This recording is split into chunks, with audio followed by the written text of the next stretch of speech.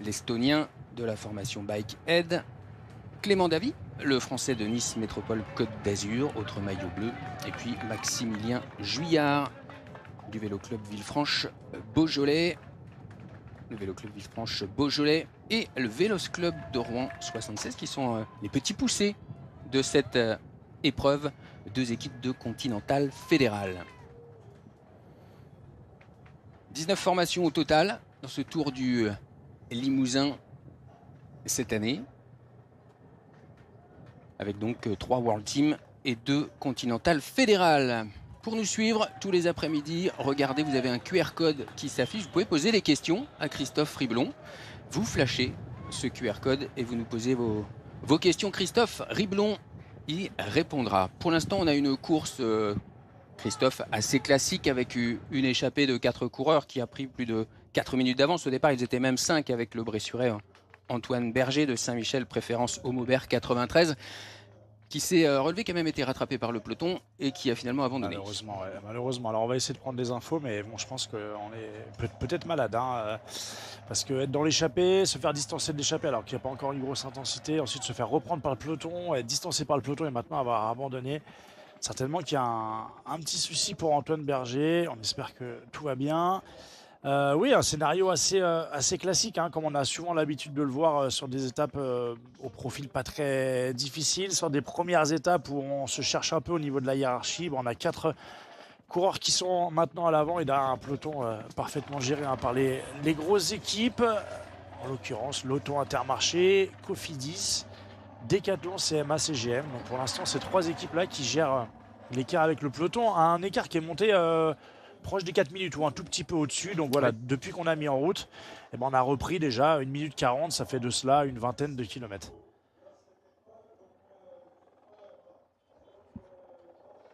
On va profiter évidemment de ces étapes, Christophe, pour découvrir le patrimoine également du Limousin et de la Dordogne, avec notamment le village de Fresline, au cœur de la vallée des Peintres, confluence des 2 creuses, la petite et la grande, dessinée par des côtes abruptes et des eaux tumultueuses.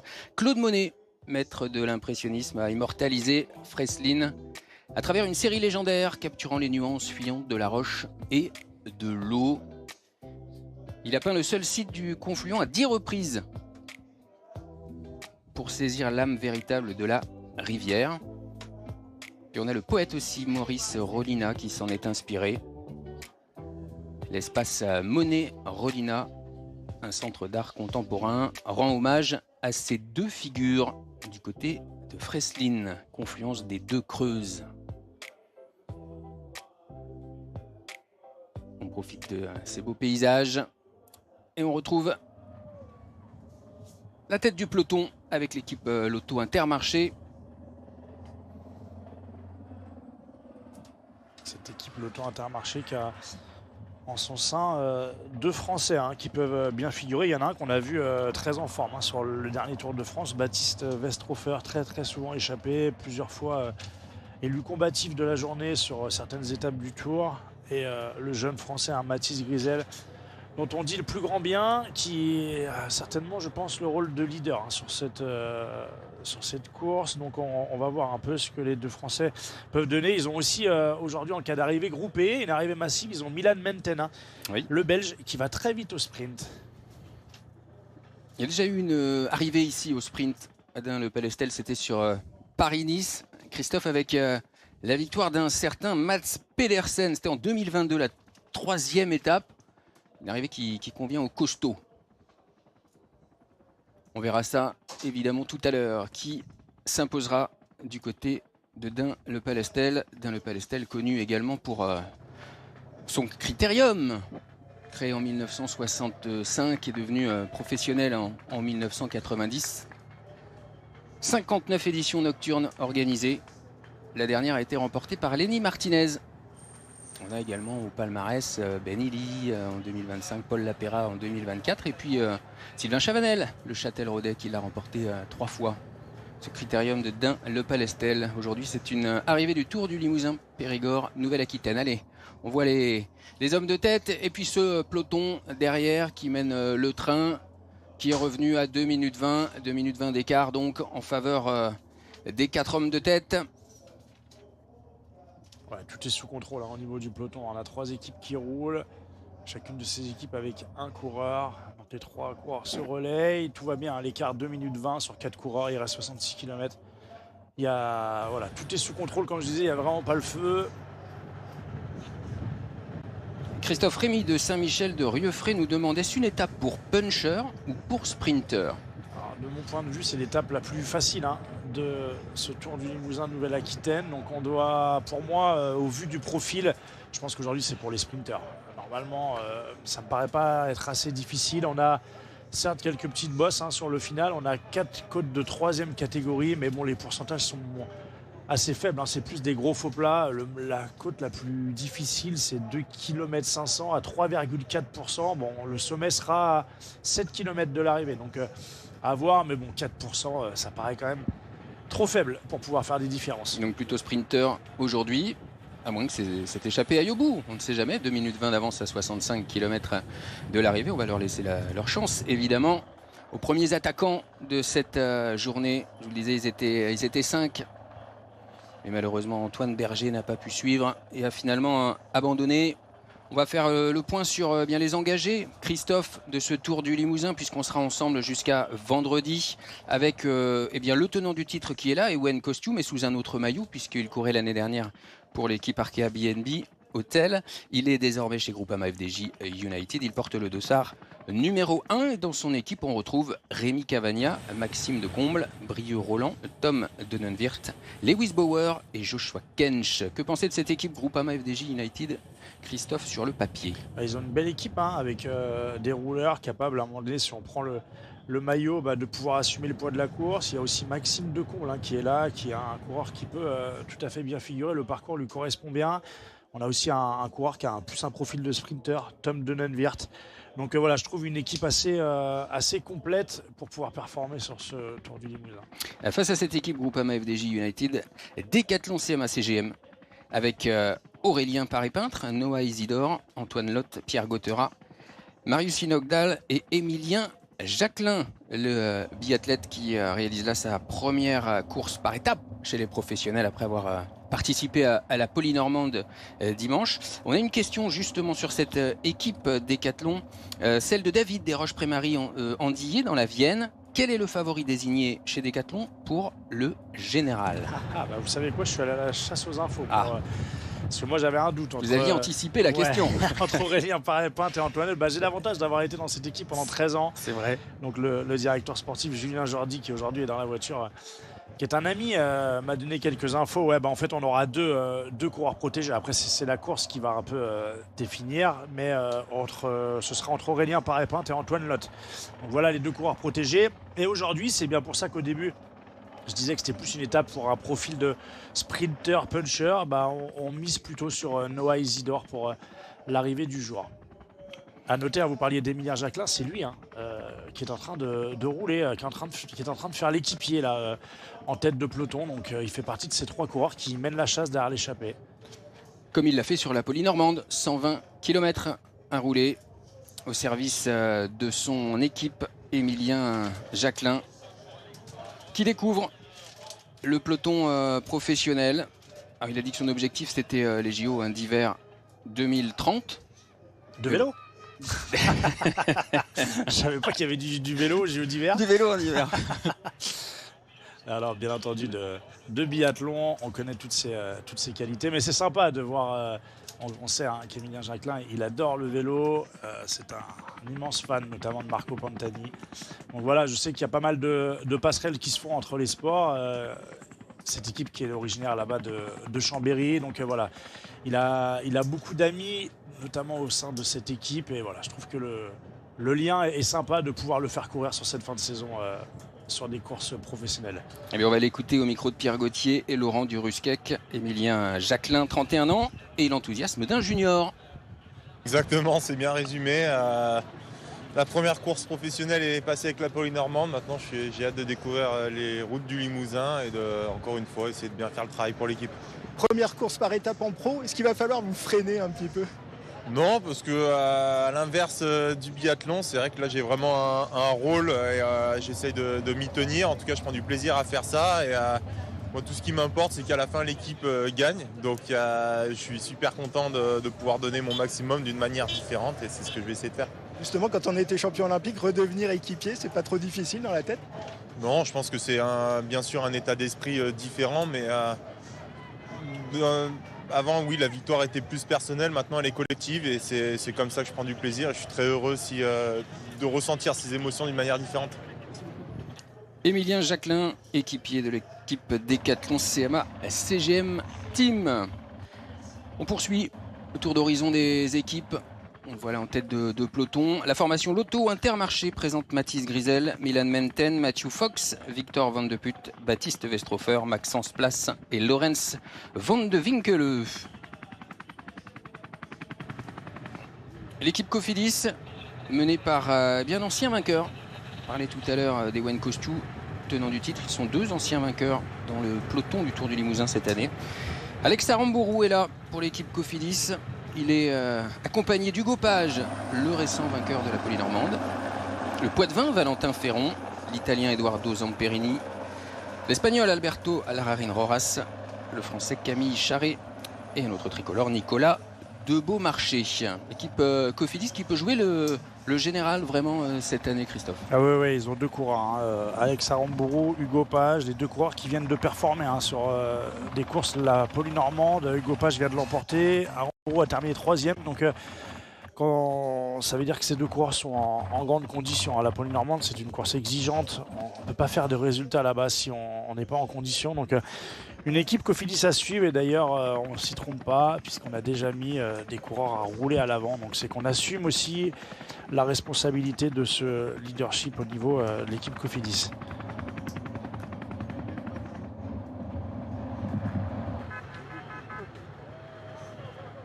Autre équipe Pro Team engagée, la formation Unibet Rose Rockets avec Yanis Peter, Sergio Meris, Kilian Verschuren, Evin Fugner, Adam Tchoupalik et Colin Savioz, le français.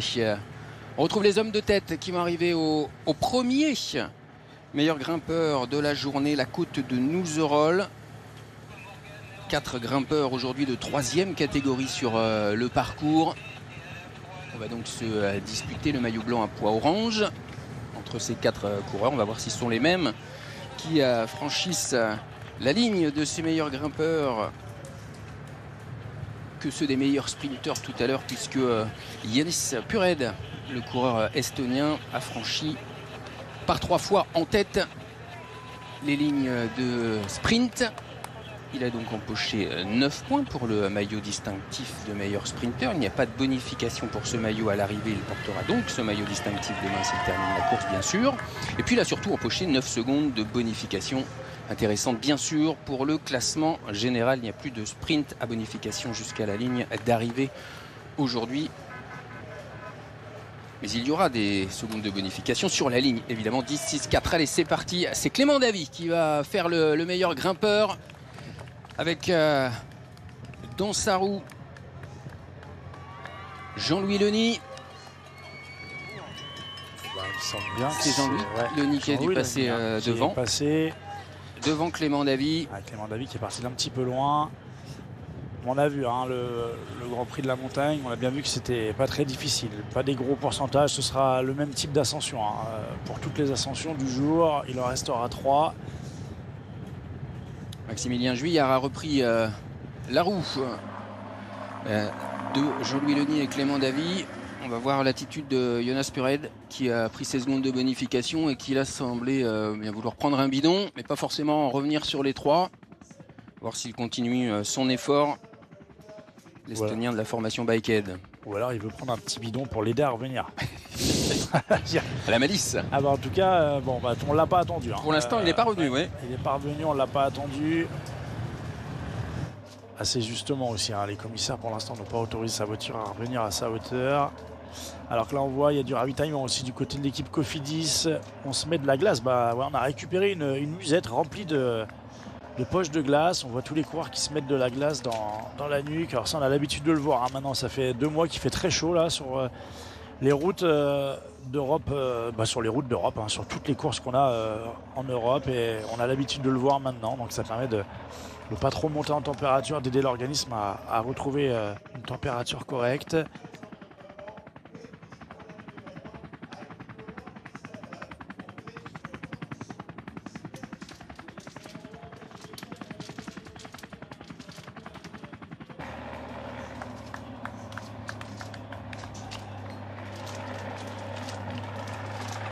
On avait une question d'un téléspectateur sur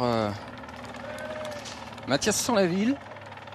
Question originale de ce téléspectateur, pour ce coureur de Nantes, la formation CIC Pro Cycling Academy. Il n'est pas dans la course. Qu'il n'est pas au départ. Non, certainement, il était peut-être annoncé au départ, hein, mais en tout cas, voilà, on va annoncer à ce téléspectateur que malheureusement, il n'est pas sur la course. On vérifie évidemment votre. Non, mais j'ai vérifié 2 fois déjà. Mais oui, moi aussi, il me semblait que non, mais c'est le spectateur qui nous met le doute. Voilà, n'hésitez pas à vous poser vos questions. En tout cas, avec le QR code, alors que vous voyez les pommiers sur la gauche de la route culture de la Pomme ici, dans le département de la Creuse.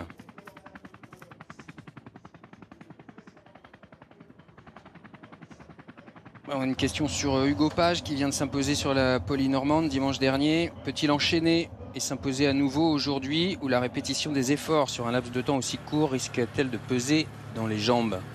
Sans aucun problème, au moins pour l'étape du jour, bien entendu qu'Hugo Page fait partie des coureurs qu'il faut suivre, des coureurs qu'on est obligé de pointer, à voir sur les prochaines étapes qui, elles, seront plus difficiles, mais même sur des étapes plus difficiles, on connaît les qualités d'Hugo Page, ses qualités de puncher, pas vraiment de grimpeur, mais en tout cas sur le type d'ascension proposé sur ce Tour du Limousin.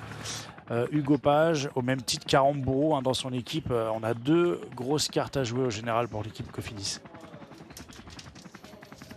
Cofidis qu'on a vu en tête de peloton, qui a forcément des ambitions cette année sur ce Tour du Limousin Périgord Nouvelle-Aquitaine. On va écouter Hugo Page, il arrive lancé. C'était beaucoup de plaisir de regagner enfin, donc on a passé une belle journée hier et on espère qu'on va pouvoir continuer comme ça cette semaine. L'année dernière, sous ses couleurs de Cofidis, Sylvain Moniquet avait gagné une étape, fini 3e. L'objectif, c'est de faire au moins aussi bien. C'est vrai que l'objectif de l'équipe, on aimerait bien faire un podium au général, essayer de gagner une étape, donc on va essayer de se battre pour ça. On a une bonne carte, on a des bonnes cartes avec Alex et moi pour essayer de gagner l'étape, et peut-être plus propice pour Alex pour le général, et on va essayer d'accomplir cet objectif. Alex Aramburu, qu'il avait déjà emporté ici en 2022, je crois. Ouais, c'est ça, il l'avait gagné en 2022. Ouais. C'est un parcours qui vous convient bien, des étapes vallonnées comme ça? Ouais, c'est un petit peu dur, c'est tous les jours un petit peu dur. Après, la police c'était dur aussi, donc j'espère que les gens répondront de la même façon et qu'on pourra faire des belles étapes. Avec le Sucomé notamment jeudi, là, cette montée, est-ce que vous la connaissez? Non, je connais pas du tout. Non, je prends journée après journée. J'ai déjà regardé aujourd'hui. Même aujourd'hui, c'est déjà pas si facile que ça. Et même après, si on arrive à être dans le premier groupe, le sprint ça reste un sprint compliqué en ligne droite et long faux plat montant. Mais non, j'espère que ça va me convenir. Merci beaucoup. Merci. Hugo Page, vainqueur de la Polynormande, 3 ans après sa dernière victoire, c'était sur le Tour du Limousin. Ben voilà. Et oui, à Limoges en 2023. 2 fois 3e d'étape en 2024 et 2025 sur l'épreuve limousine Hugo Page, et à chaque fois c'est à Limoges. Donc on l'attend vendredi. C'est ça, on va l'attendre vendredi. J'espère pour lui qu'il va performer avant. S'il veut être au classement général dans les tout premiers, il va falloir être présent. Hein. Demain et après-demain, c'est des étapes beaucoup plus difficiles que ce qu'on a aujourd'hui. Il a signé cette saison pour 3 ans à Cofidis après 4 années chez Intermarché Wanty, où il épaulait le sprinter Vignal Guermey. Cette équipe belge Lotto en tête de peloton également. L'écart, 2 minutes à 56 km de l'arrivée. Nos 3 coureurs de tête qui ont encore donc cette avance de 2 minutes. On va voir jusqu'où le peloton accorde, donc sorti à cette échappée. Est-ce qu'on va jusqu'au 4e grimpeur du jour? Est-ce qu'on essaie de reprendre les fuyards avant, puisque le dernier grimpeur il est à moins de 10 km de l'arrivée.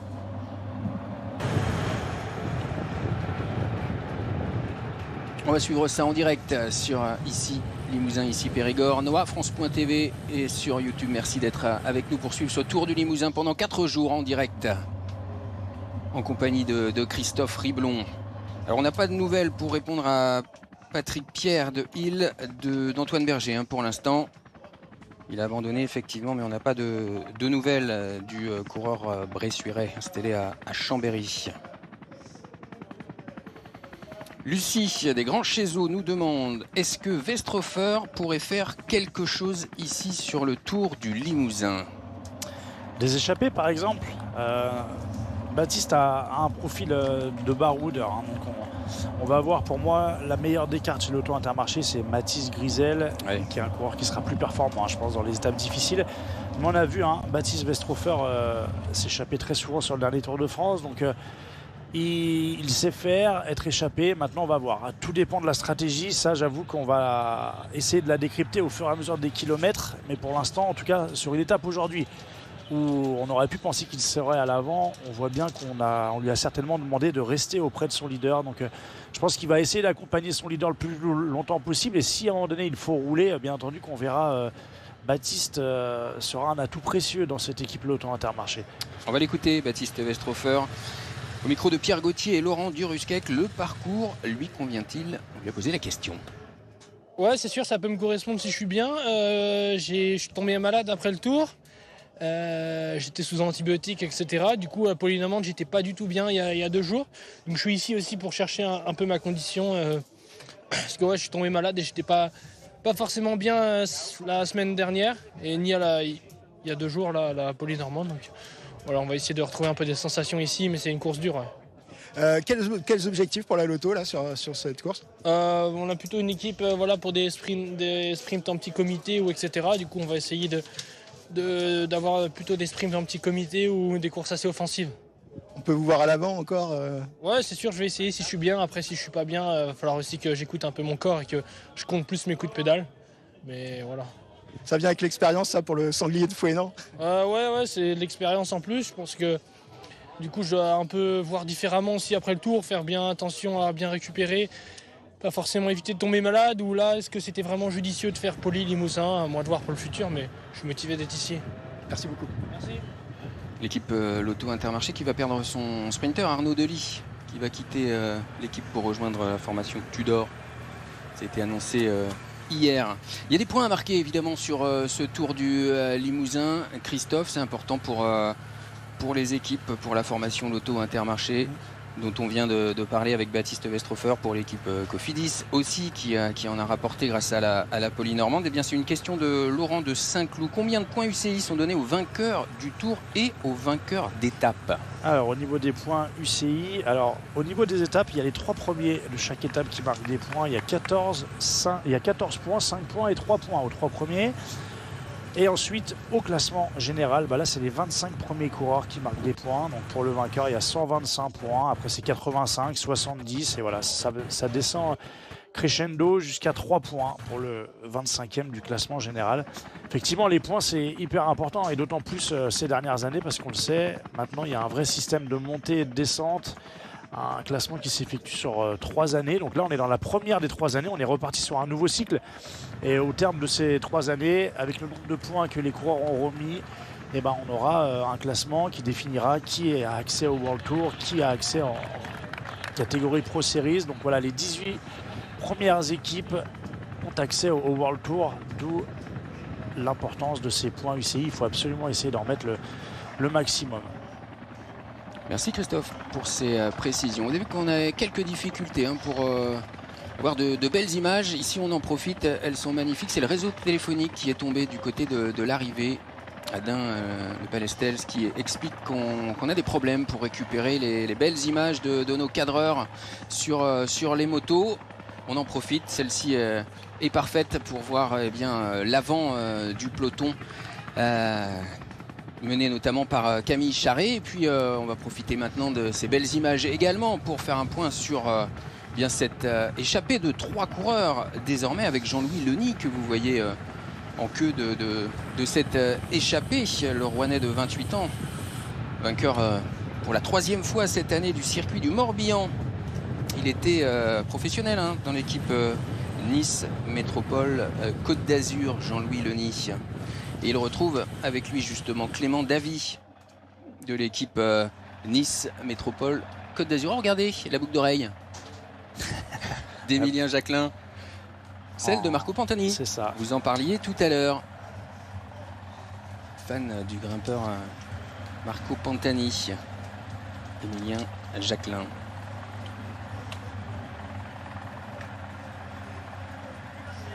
Et voilà toute l'équipe Cofidis et les Français Camille Charret et Nicolas de Beaumarchais. 52 km d'arrivée, un petit peu plus de 2 minutes d'avance pour les 3 Français qui sont toujours en tête. Jonas Pured n'est pas revenu, il est même distancé. Ils sont donc 3 maintenant, Jean-Louis Leny, Clément Davy et Maximilien Juillard.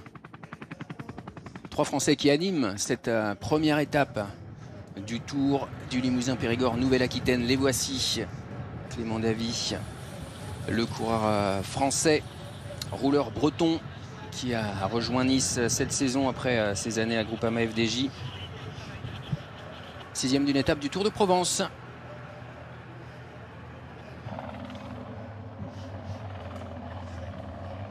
Un peu malchanceux d'ailleurs cette saison, Clément Davy, avec une chute aux 4 jours de Dunkerque. Il s'est fracturé la main. Il fait son retour et il est aux avant-postes. Derrière, c'est l'équipe Cofidis qui mène toujours le peloton.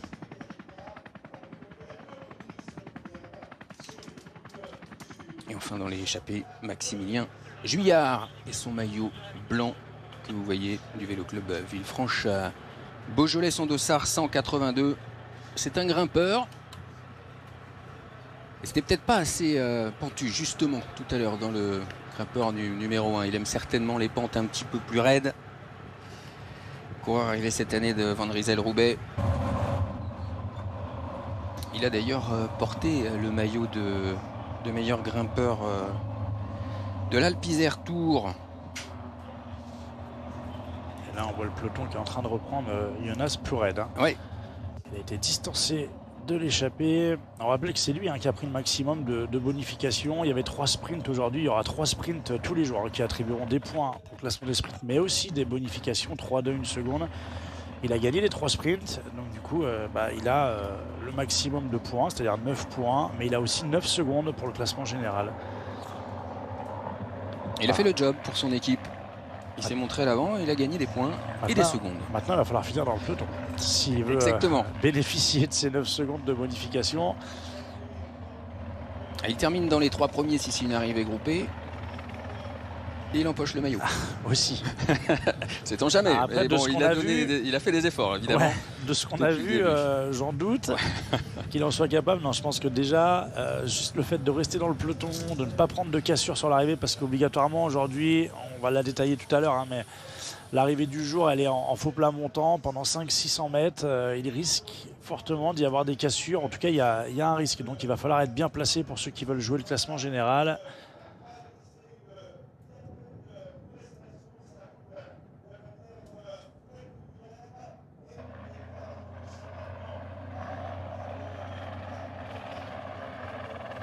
Éric Dumont nous demande pourquoi des équipes amateurs de DN1 au départ du Tour du Limousin. Justement, j'allais en parler, donc c'est très bien. Le règlement a changé, Christophe. Le règlement a changé, ouais. On leur a donné je ne sais pas si on peut appeler ça un statut de semi-pro, mais en tout cas, on leur a permis, on leur a permis de prendre une licence. Alors en fait, il y a 3 catégories chez les professionnels. Il y a le World Tour, il y a les Pro Series et les Continentales. Et on a créé une 4e division au niveau de la Fédération française de cyclisme. C'est les Continentales fédérales. Donc en fait, ils ont le statut amateur. Ils sont amateurs. Ils courent en DN1, donc en division nationale 1. C'est la plus haute des catégories amateurs. Et on leur donne... Alors j'avoue que ça, le règlement, pour les prochains jours, je me renseignerai parce que je ne l'ai pas en tête. Mais ils ont accès à certaines compétitions de classe 2. Donc de niveau professionnel. Alors ils peuvent pas en faire 10 ou 15 dans l'année, je crois qu'il y a un nombre limité. En tout cas, ils ont accès à ces courses. Ça leur donne une visibilité, ça permet au milieu amateur de se confronter un peu aux professionnels, ça permet aux coureurs amateurs de se montrer au niveau professionnel. Donc moi je trouve que cette démarche est bonne de mélanger un petit peu les deux mondes sans que ça empiète complètement, puisque je vous l'ai dit, il y a un nombre limité. Je me renseignerai exactement je vous dirai ça demain, mais je me renseignerai sur le nombre de courses qu'ils peuvent faire au maximum. Mais voilà, je trouve que c'est bien, et preuve en est, hein, en tout cas on essaye d'optimiser au maximum cette chance d'être visible à la télévision, et aussi pourquoi pas, si l'échappée est menée à bien, d'essayer de remporter une course professionnelle. On a mis pour les deux équipes continentales fédérales donc françaises, on a mis chacune de ces équipes un coureur à l'avant, donc bravo à eux. Bravo, ouais. Et puis voilà, ça permet peut-être de franchir un palier pour justement intégrer une équipe pro, hein, pour ces jeunes coureurs. Puis on sait qu'aujourd'hui le milieu amateur est en souffrance, hein, quand même, hein. La base de la pyramide, c'est de plus en plus compliqué. On vit souvent de subventions et autres, et on sait qu'aujourd'hui les finances publiques, c'est plus trop ça. Donc je trouve que voilà, leur donner un peu de visibilité, aussi bien pour eux-mêmes, mais aussi pour leurs partenaires et leurs sponsors, ça peut peut-être permettre de trouver parfois des financements privés. Donc je trouve que voilà, se détacher un petit peu des subventions et essayer d'aller vers un modèle un peu plus privé, voilà, si ça peut bénéficier au milieu amateur, je trouve que la démarche est très bonne. Clément Davy a ravitaillé. On a une précision intéressante de Christine qui nous dit concernant Mathias Sanlaville, il était bien annoncé sur la liste de départ, mais il a finalement été remplacé hier par Jules Vaugrenard, qui évolue habituellement au sein de la formation Mayenne Montbana Rapido. Effectivement, je viens de reprendre ma note, et on avait Mathias Sanlaville dans les engagés, mais c'est donc Jules Vaugrenard qui porte le numéro 82, le 3e des championnats de France amateur, victorieux sur le circuit des plages vendéennes. C'était une boucle autour de Saint-Fulgent, de la famille d'ailleurs de Benoît Vaugrenard, bien connu. Et donc c'est lui qui fait partie de cette équipe CIC Pro Cycling Academy d'Anthony Ravard. On n'a pas parlé d'une formation quand même qui a son mot à dire, qui s'était imposée lors de la première étape l'année dernière. C'est la formation Total Energy, présente sur ce Tour du Limousin avec Alexandre Delettre, 2e du classement général. Il est accompagné de Mathéo Vercher, de Mathis Lebert, de Pierre Thierry, de Baptiste Vadic, de Ryan Boulawat et d'un régional, Valentin Retailleau, qui est lui de Haute-Vienne d'Oradour sur Glane.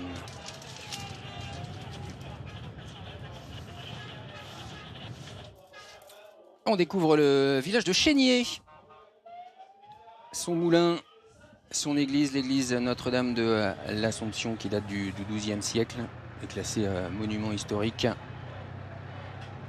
Vous savez, Christophe, pourquoi la commune est connue? C'est une vraie question piège. C'était la capitale européenne de la coupe mulet. Chénier, je l'avais pas celle-là. Original, non? J'imagine. Voilà, la coupe qui consiste à avoir les cheveux coupés courts sur le côté et longs derrière. Vous voyez l'église Notre-Dame de l'Assomption. Le championnat d'Europe de la coupe mulet, l'Euro mulet, a eu lieu 3 fois dans la commune, au moulin que vous avez vu, le moulin de Pio. Il y a eu 220 participants en 2025. Cette année, elle aura lieu du 5 au 6 septembre, mais à Saint-Léonard de Noblat, la ville natale de Raymond Poulidor. On reste dans le vélo.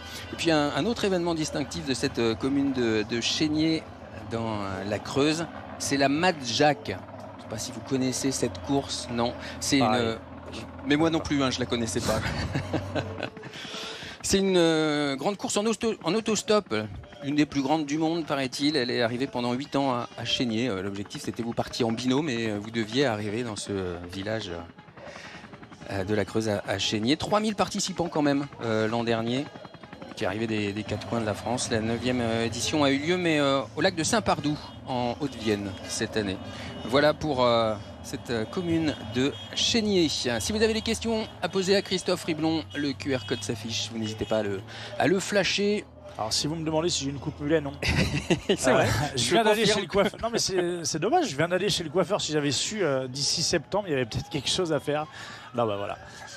Je suis pas dans le thème là. Je pourrais pas être champion d'Europe de la coupe mulet. Là on passe dans une zone de ravitaillement, hein. On voit là tous les assistants sur le bord de la route. On distribue des musettes aux coureurs qui le souhaitent.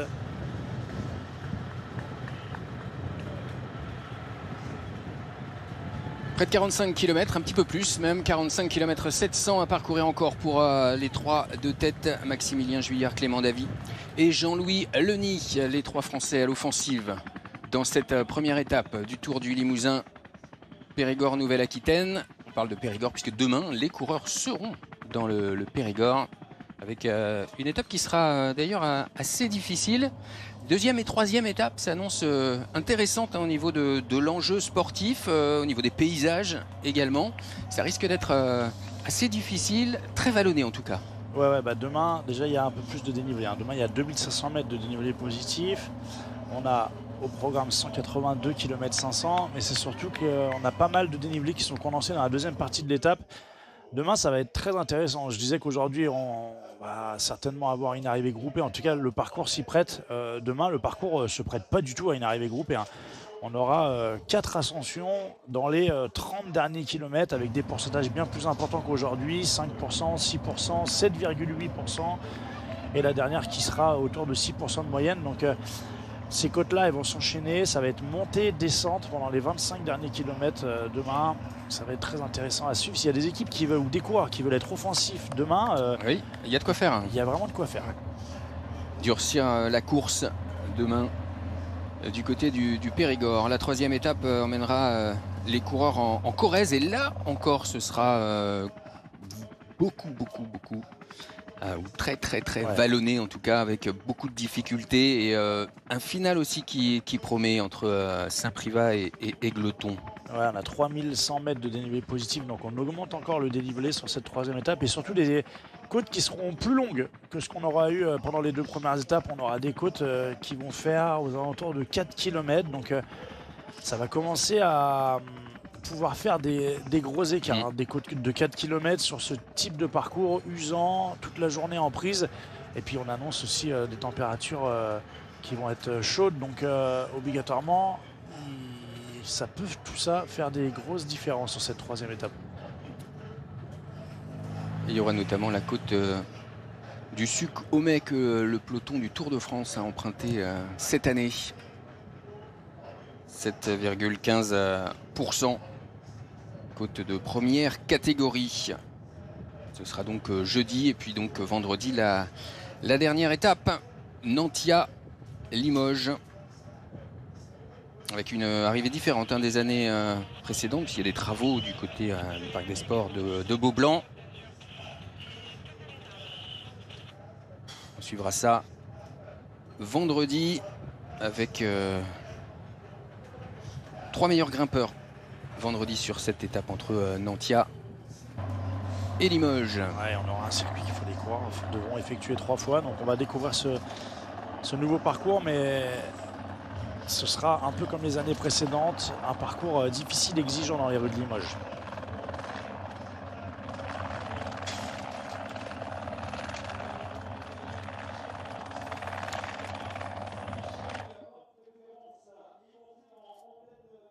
La zone de ravitaillement. Il faut réussir à prendre les bidons. C'est pas toujours simple. Vous l'avez vu.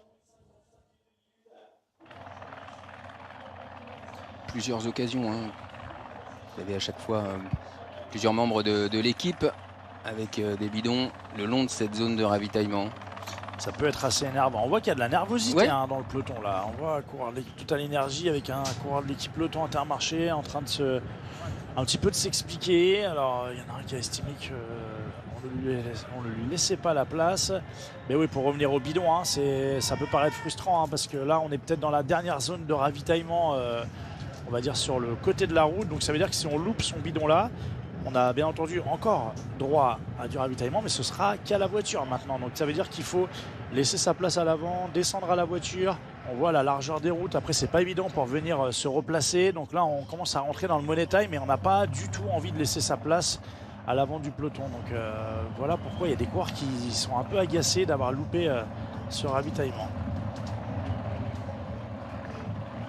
Dans 5 km, le deuxième meilleur grimpeur du jour, la côte de Beau-Soleil, 3 km 300 à 3,55%, côte de troisième catégorie, que les 3 hommes de tête aborderont donc dans 5 km.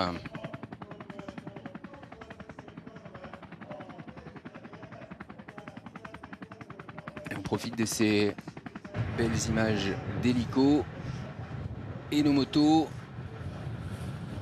Malgré ce problème de réseau qui persiste, tout le réseau est tombé autour de la course. Alors Messi, au moyen de Régis réveillé, de nous permettre quand même de parvenir à suivre cette course dans ces conditions. Et merci à notre réalisateur Sébastien Gallaudet de pianoter entre nos images des cadreurs sur les motos et notre hélico. C'est compliqué aujourd'hui avec ce réseau donc en panne du côté de Dun-le-Palestel. Dun-le-Palestel, ville arrivée de cette première étape du Tour du Limousin Périgord Nouvelle-Aquitaine.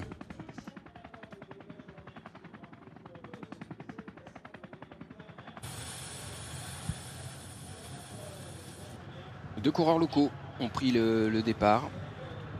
Je vous ai parlé de Valentin Retailleau, mais il y a également Baptiste Vadic qui est dans le peloton. Les deux coureurs de la formation Total Énergie sont présents. Baptiste Vadic qui lui est vraiment local.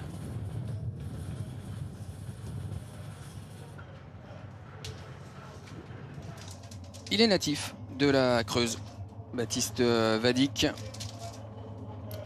Il revient après avoir été opéré d'une arythmie cardiaque.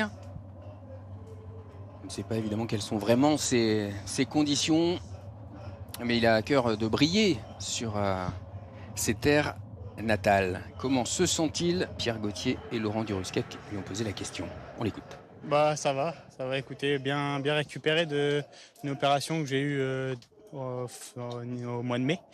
Donc oui, les sensations sont de mieux en mieux. Et puis là, à l'approche du Limousin, c'est vrai qu'on a toujours une motivation supplémentaire. Donc ça pousse à aller chercher le plus loin possible dans la douleur. Donc c'est vrai que j'ai hâte d'être sur mes routes, de donner le maximum avec les proches, la famille et une belle équipe aussi de Total Énergie. Ouais, tu le disais, c'est toujours une motivation particulière forcément.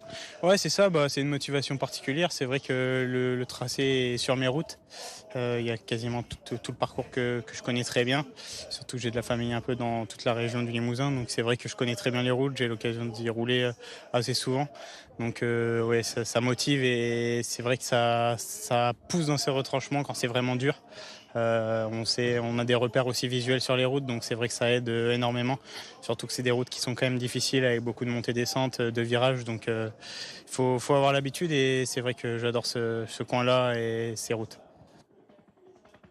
Montée, descente et virage, on en a eu l'illustration à l'image pendant que Baptiste Vadic nous donnait de ses nouvelles.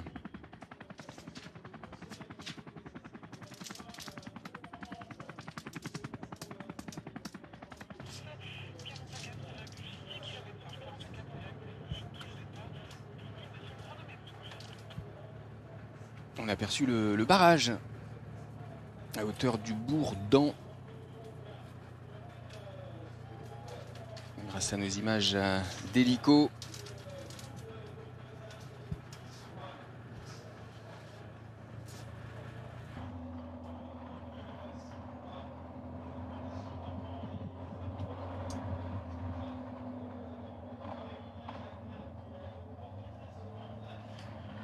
Le Bourdan qui est connu pour son site du Rocher de Jupille. Un ensemble de rochers qui plongent directement dans les eaux du barrage sur la Creuse. On y pratique d'ailleurs l'escalade. Et on peut également y découvrir une petite cascade. C'est une zone de reproduction du faucon pèlerin. Et le Bourdan, qui s'écrit en fait bourg D'-H-E-M. Bourg, on pourrait dire Bourdem, mais c'est Bourdan. Il est également connu pour avoir donné son nom au journaliste et résistant Pierre Maillot, connu sous le nom de Pierre Bourdan. C'était l'une des voix de Radio Londres et de l'émission Les Français parlent au français durant la Seconde Guerre mondiale. Il a en fait emprunté son nom de guerre, son nom de résistant au village où il venait passer ses vacances pendant sa jeunesse. Voilà. Le Bourdan que vous voyez ici. Dans lequel les trois hommes de tête, Jean-Louis Leny, Clément Davy et Maximilien Juillard, entrent à l'instant avec une avance d'1 minute 54 secondes à 39 km de l'arrivée. Et donc les coureurs qui approchent de la côte de Beau-Soleil. Deuxième difficulté du jour répertoriée au classement du meilleur grimpeur. Puisqu'on parle des coureurs de tête, à l'instant, Jean-Louis Lenique, Clément Davy et Maximilien Juillard. Christophe, est-ce qu'il y a, c'est une question d'André, un prix de la combativité sur les étapes de ce Tour du Limousin? Non, il n'y a pas de prix de la combativité. Il y a pour les coureurs échappés, donc il y a seulement le classement des sprints intermédiaires, le classement des grimpeurs bien sûr, mais il y a un trophée du combiné. Alors le trophée du combiné, ne me demandez pas comment c'est calculé, mais en tout cas le calcul est fait entre l'addition des places au classement journalier des sprints du meilleur grimpeur et de l'étape. Donc en gros, c'est le coureur qui figure bien un petit peu dans tous les classements. Donc voilà, on a juste un classement du combiné, mais on n'a pas de classement du plus combatif ou du plus actif. Enfin voilà, on peut l'appeler de différentes façons. Mais voilà, on n'a pas du meilleur animateur. Voilà, ça dépend des courses, on l'appelle de différentes façons. Mais non, là on n'en a pas. On a choisi de mettre un autre prix sur un coureur qui figure bien dans tous les classements. Pour l'instant, c'est Jean-Louis Lenique le mieux classé, je pense, puisqu'il a fait à la fois le meilleur grimpeur et il a pris des points, bonification, Ouais. des bonifications au meilleur sprinter. Maintenant, il faut Voilà, voir aussi peut-être, à l'arrivée. Il y a le classement à l'arrivée qui va compter. Ça remonte à partir d'ici. Le meilleur grimpeur, il commence ici, après le passage de ce pont. C'est à partir de maintenant que ça va grimper pour les trois hommes de tête, cette côte de Beau-Soleil. On dirait que vous connaissez, non? J'ai l'impression que vous connaissez la route, non? Oui, on l'a reconnu. Christophe, regardez, meilleur grimpeur 3 km. Voilà, ça grimpe ici. C'est autour du barrage en fait. Hein. Ouais. Bah, on voit bien là pour les trois hommes de tête, il n'y a aucun souci, hein. Mais on voit bien pour le peloton que la route n'est pas très large, qu'on va descendre et ensuite on va tout de suite remonter. Donc le peloton va être étiré. Si ça relance très fort là juste après le pont, on peut avoir déjà des coureurs en difficulté. Toujours Emilien Jacquelin pour la Décathlon CMA CGM qui roule à l'avant. L'équipe Cofidis juste derrière et pour l'instant l'équipe Peloton Intermarché qui a choisi de se mettre un peu plus en retrait. Alors, on n'a plus de coureurs qui roulent dans les premières positions. Ah non, je dis une bêtise, on en a remis un. On en a un qui est en troisième position, donc on est revenu rouler pour l'Auto Intermarché. Ce sont des routes que les coureurs vont emprunter pendant encore 15 km, hein, des routes assez étroites. Toujours des côtes, des descentes, des virages. Avec deux meilleurs grimpeurs, donc cette côte de Beau-Soleil et puis à un petit peu plus de 26 km de l'arrivée, la côte de Saint-Sulpice, le Dunois. Les coureurs qui sont dans le pays dunois aujourd'hui. Cette étape qui s'achève dans la Creuse.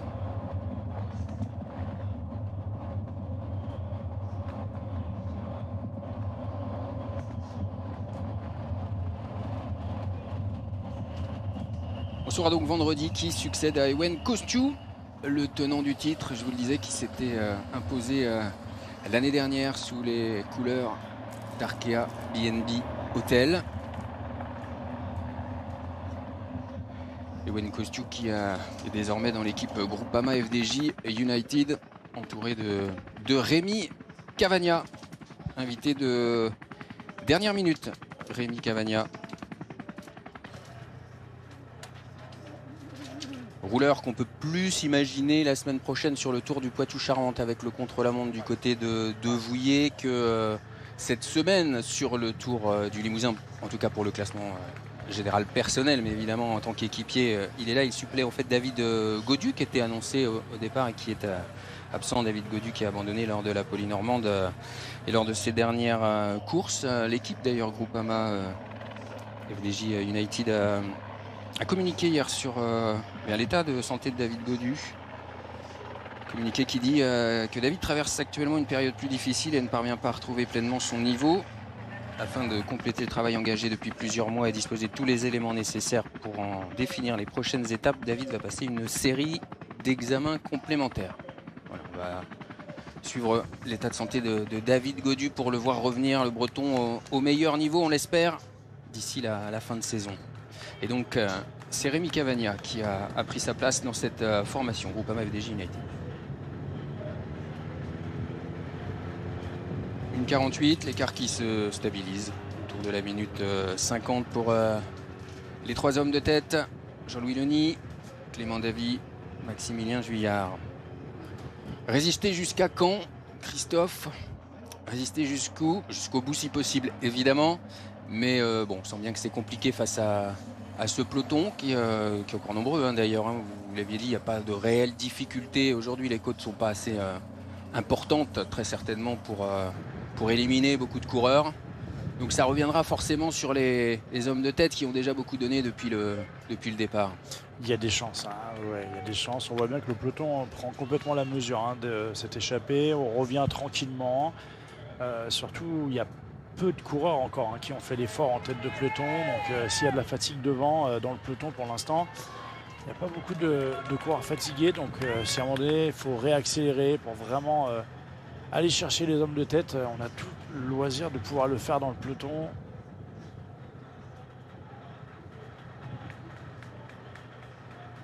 De 182, Maximilien Juillard, le grimpeur lyonnais.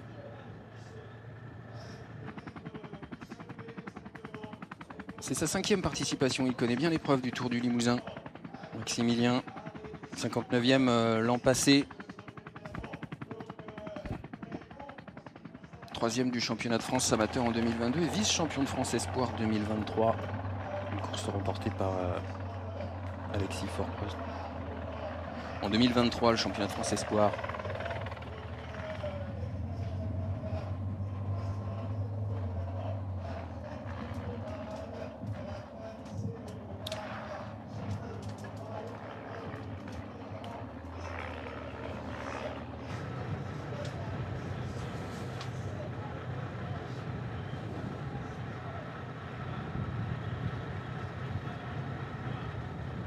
Les meilleurs grimpeurs dans 500 mètres, on va suivre le passage sur la ligne.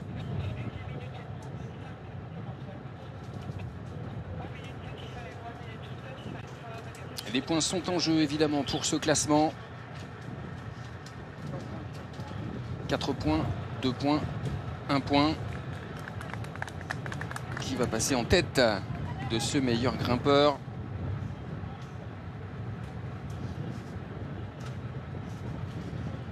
Jean-Louis Leny était passé en tête du premier devant Clément Davy. On voit le panneau du meilleur grimpeur. Est-ce qu'on va se disputer comme tout à l'heure? On n'a pas l'impression que Clément Davy le joue à Jean-Louis Leny. Et donc on a le même classement que lors du premier grimpeur. Alors c'est bien, c'est intelligent, il faut s'entendre. On ne sait pas où cette échappée peut aller, donc la meilleure des options, hein, si on veut aller vraiment loin, bah, c'est de rester ensemble, hein, éviter de se faire la guerre sur les sprints. Je pense que Jean-Louis Leny a montré tout à l'heure que c'était lui le plus fort, il a montré à tout le monde, donc voilà, on a abdiqué au bénéfice de l'échappée, de rester groupés ensemble. Donc l'écart diminue, hein. Christophe, 1 minute 22, annoncé avec l'équipe Le Toit Intermarché en tête de peloton. À 500 mètres du grimpeur, qui a à peu près 700 mètres d'écart entre les deux groupes.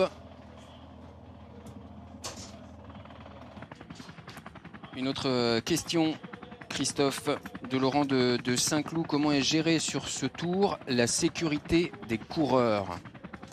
Bah, il y a plusieurs niveaux hein, de sécurité. Déjà, il y a le fait des fermetures de route. Donc, ça, c'est la gendarmerie qui s'en occupe. On aperçoit par moment les motos de la gendarmerie qui sont juste devant les coureurs. On a bien sûr beaucoup de bénévoles hein, sur toutes les intersections pour éviter que des véhicules s'insèrent sur la course. Et puis bah, après, dans la course, c'est la direction de course hein, qui gère la sécurité. On le voit aussi dans les...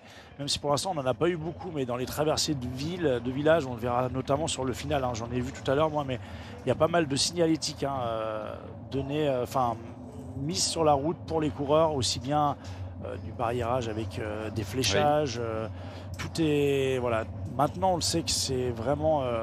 c'est un gros point. Hein. Les organisateurs, ça coûte extrêmement cher. Hein. Déjà, rien que la gendarmerie, mais aussi toute la signalétique à mettre sur la route. Ça demande beaucoup de main d'œuvre. Donc, voilà, c'est vraiment un gros sujet maintenant, la sécurité. D'ailleurs, dernièrement, il y a eu un drame qui s'est passé au Portugal Tour du avec Portugal. un décès. Finlay Tarling qui malheureusement est décédé. Donc, Percuté par une percuté par voiture qui arrivait en sens inverse. qui arrivait en sens inverse, exactement. Donc voilà, ça fait partie de ces sujets de sécurité. On est sur le domaine public. La course avance au fur et à mesure des kilomètres. On n'est pas sur des courses en circuit. On ne peut pas privatiser intégralement la route. Seul le Tour de France arrive à privatiser intégralement la route. Donc on a ce qu'on appelle une bulle course. Donc à peu près 5, je dirais peut-être 10 minutes avant la course. Et dès que le camion balai est passé, on réouvre la course. Donc voilà, donc dans cette bulle course, on essaye au maximum de se prémunir du moindre véhicule qui peut rentrer sur la course, mais même aussi au niveau des spectateurs, de bien leur signaler qu'il faut rester sur le bas-côté. Donc voilà, il y a beaucoup de choses qui sont mises en place pour essayer que les coureurs puissent avancer en toute sécurité sur la route. Et les organisateurs du Tour du Limousin, ils sont très attentifs. Christian Courbater et toute son équipe. Effectivement, tant que la voiture balai n'est pas passée, personne n'entre sur le parcours. Pour éviter bien les drames que vous rappeliez sur le Tour du Portugal la semaine dernière avec ce jeune coureur de 19 ans décédé après avoir été percuté par un véhicule en contresens. C'était lors de la 8e étape du Tour du Portugal.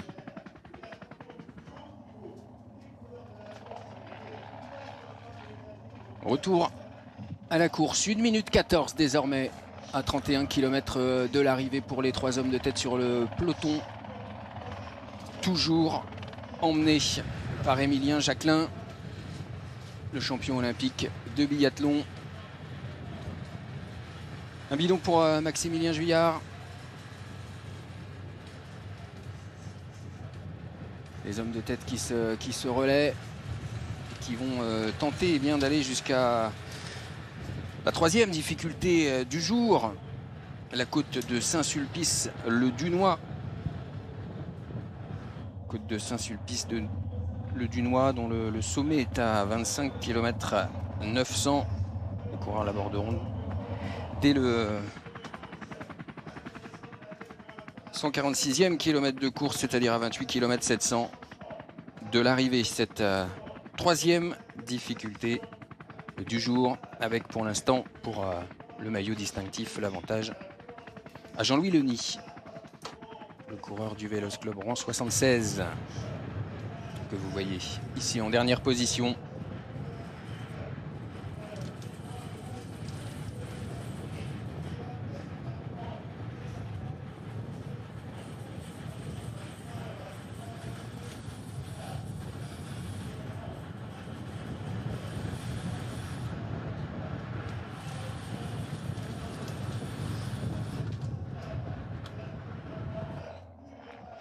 C'est particulier, Christophe, pour un coureur comme Ewan Kostiou de vouloir défendre son titre, mais quand on n'est plus dans la même équipe, on veut gagner aussi pour sa nouvelle équipe, évidemment, mais ça doit être curieux quand même. L'année dernière, vous gagnez avec une formation et là, vous participez avec une autre, avec évidemment le même objectif, mais aussi l'ambition de prouver votre niveau à cette nouvelle équipe. Ouais, c'est sûr que oui, Ewan Kostiou, c'est un peu l'année de la confirmation, j'ai envie de dire. C'est toujours une année délicate. Déjà, il a changé d'équipe. L'année dernière, il a beaucoup gagné. Donc, on attend de lui qu'il refasse la même chose au minimum. Ça, c'est le lot d'un coureur qui fait une grosse saison. Bon, malheureusement, il ne refait pas la même saison exactement. Il a plus de mal à gagner, mais c'est normal. Il a changé de statut. Déjà, il a un vrai statut de leader à assumer. Ça peut parfois être un peu compliqué, même si je ne doute pas qu'Ewan Kostiou en a largement les épaules. Mais c'est aussi que dans le peloton, maintenant, on regarde Ewan Kostiou. Je ne suis pas sûr qu'il y a encore 1 ou 2 ans, on citait Ewan Kostiou dans les différents briefings des autres équipes qui étaient face à lui. Aujourd'hui, bien entendu, qu'Ewan Kostiou fait partie de ces coureurs qui au briefing, on cite, on surligne pour nous, les commentateurs. Voilà, aujourd'hui, il faut tout simplement se méfier d'un coureur comme Ewan Kostiou. Donc, on a moins de liberté en course. Donc tout ça fait qu'on est aussi obligé de courir un petit peu différemment, d'adapter sa façon de courir. Puis il y a cette adaptation à la nouvelle équipe avec des nouveaux coéquipiers, peut-être une nouvelle approche, une nouvelle philosophie de course, une nouvelle façon de courir. En tout cas pour l'instant, l'équipe FDJ United, ils sont Au chaud. ouais, ils courent parfaitement bien. C'est que pour l'instant, on les a pas vus devant. Ils sont en 20-30e position, bien regroupés tous ensemble, en train de s'économiser. On laisse travailler les autres équipes. Vous découvrez la Selle Dunoise, regardez ce magnifique pont. Et puis à droite l'église Saint-Pierre, Esselien de la Selle Dunoise, mentionné du XIIe siècle. Magnifique ce village. Allez, on va écouter Wayne Costiou justement, puis ensuite on s'intéresse aux grimpeurs avec les hommes de tête. J'ai vraiment à cœur de revenir, surtout que ça tombe plutôt bien après le tour, donc non, c'est une bonne course de reprise. Entre-temps, vous avez changé d'équipe. C'est important d'apporter, pourquoi pas, un succès à votre nouvelle formation. Ouais, c'est ça, ce serait vraiment bien. C'est clair que ce serait important pour l'équipe. Ça mettrait une bonne dynamique. Donc non, l'objectif, ça va être de refaire comme l'année dernière, voire mieux. Oui, en levant les bras, parce que c'était un peu votre frustration l'année dernière, souvent placé sur les étapes, mais pas gagnant. Oui, c'est ça. J'avais fait 3 podiums, mais jamais de victoire. Et bon, la victoire au général, c'était le plus important. Mais c'est vrai que lever les bras, là, ce serait quand même sympa, ouais. Est-ce que les jambes sont équivalentes à l'année dernière? Ouais, franchement, j'ai quand même plutôt bien récupéré du tour, donc je pense que ça va plutôt mal. Après, on ne sait jamais comment commencer sur une reprise de course, mais bon, on va bien voir rapidement. Vous n'aurez pas David Gaudu à vos côtés, mais Rémi Cavagna, c'est pas mal aussi. Ouais, oui, c'est plutôt bien. Franchement, c'est clair que là, on a une plutôt bonne équipe avec de bons jeunes, donc ça va être plutôt bien. Ouais. Merci beaucoup. Merci. C'est vrai qu'il n'avait pas gagné, Wayne Costiou, d'étape l'année dernière, on l'avait vu aux avant-postes à chaque fois. Il avait gagné l'épreuve, ce qui est quand même le plus important, mais il n'avait pas gagné d'étape. 1 minute, l'écart en faveur des 3 hommes de tête dans ce 3e meilleur grimpeur de la journée. C'est en train de revenir. On a vu sur l'image précédente là, voilà, des hommes de tête. On a fait passer les véhicules à l'avant. Donc il commence à y avoir moins de la minute. Du côté de l'organisation, on a demandé aux véhicules, notamment de directeurs sportifs, de repasser à l'avant de la course. Éviter de se retrouver intercalé. Donc c'est qu'on a estimé que dans ce Grand Prix de la Montagne, ça pouvait revenir très vite de l'arrière.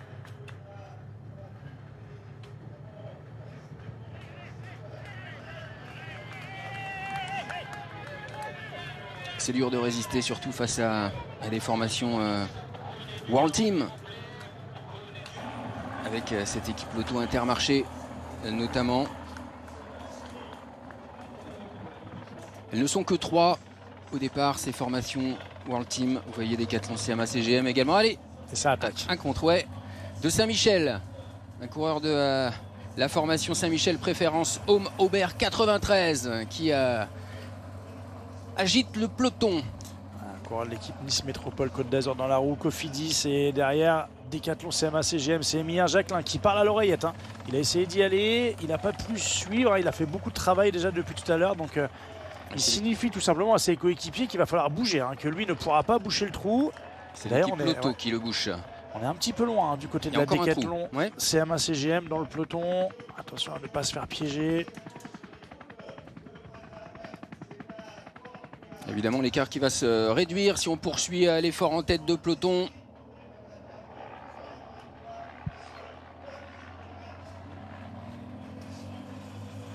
On suit évidemment cette accélération. Il faut parler des équipes World Team qui étaient au nombre de 3 cette année, les 2 françaises, puis la question de l'équipe Lotto Intermarché. C'était une question d'Anthony de Saint-Vite-sur-Briance. Pourquoi de plus en plus de courses comme le Limousin n'arrivent plus à faire venir des équipes World Tour ou même des Pro Team, puisqu'il y en a 4 cette année, moins que l'année dernière? Alors là, en l'occurrence, au mois d'août, c'est dû au programme de course qui est hyper dense. Faut quand même se rendre compte qu'il y a beaucoup de courses. Rien que cette semaine, il y a le Tour d'Allemagne qui est mieux classé, donc qui attribue plus de points. Tout à l'heure, on parlait des points ici, oui. Ça attribue plus de points et on sait qu'aujourd'hui, les coureurs vont chercher et les équipes vont chercher les points pour ce classement. On a pour les jeunes le Tour de l'Avenir qui va commencer dans la semaine. La semaine dernière, il y avait le Tour de Tchéquie, l'Arctic Race of Norway. Il y a eu pas si longtemps que ça le Tour de Pologne en World Tour, la Vuelta Burgos. La semaine prochaine, on a le Tour d'Espagne qui commence. Enfin voilà, un programme hyper dense, donc on peut pas être sur tous les fronts tout simplement, donc il faut faire des choix. Donc du côté des équipes World Tour, je comprends complètement qu'on ait du mal à aligner une équipe au départ de ce Tour du Limousin. D'ailleurs, je crois qu'on avait une autre question. Pourquoi il y a des coureurs qui sont... Enfin, des équipes, on peut être 7 là au départ. Pourquoi il y a des équipes qui partent à 6 ou à 5? C'est pour la même raison. Hein. C'est qu'on est sur plusieurs fronts. Et bah, avec des coureurs un peu malades, des coureurs pas en condition, des coureurs qui sont peut-être en reprise, en coupure. Enfin voilà, donc bah, on essaye de... On met des équipes au départ, mais on a des équipes qui ne peuvent pas aligner 7 coureurs. Donc tout simplement parce qu'on est sur plusieurs fronts en même temps. Donc effectivement, il y a des équipes qui partent à 5, des équipes à 6. Bah voilà, c'est le lot de la vie d'une équipe. Par exemple, l'équipe Decathlon CMA CGM a que 6 coureurs au départ. L'équipe MBH Bank a que 5 coureurs au départ. Donc voilà, ça fait partie de ce programme de course qu'il faut réussir à allier avec les forces en présence qu'on a encore en cette deuxième partie de saison. On l'avait vu notamment la semaine dernière, hein. C'était vraiment un programme très très riche jusqu'à dimanche. Plusieurs courses en même temps. Et puis là, il y a la Vuelta qui part le week-end prochain également. Beaucoup de compétition en concurrence. Et évidemment, l'avantage à celle qui rapporte le plus de points. Vous l'avez dit Christophe. 40 secondes pour les 3 hommes de tête à 25 km de l'arrivée. Les coureurs qui ont franchi le 3e meilleur grimpeur du jour. On vous donnera le classement quand on l'aura. On vous rappelle qu'on a quelques problèmes de liaison. Il n'y a plus de réseau du côté de la ligne d'arrivée. Et donc c'est difficile pour nous de recevoir les images envoyées à la fois par les... moto et par l'hélico. On a vu en tête de peloton, c'était pas l'équipe Lotto Intermarché tout à l'heure, c'était une autre formation au maillot rouge, Elite Fondation Cycling Team, qui roulait en tête de peloton. Allez, moins de 25 km de l'arrivée pour les 3 hommes de tête qui arrivent à Saint-Sulpice-le-Dunois, vous le voyez.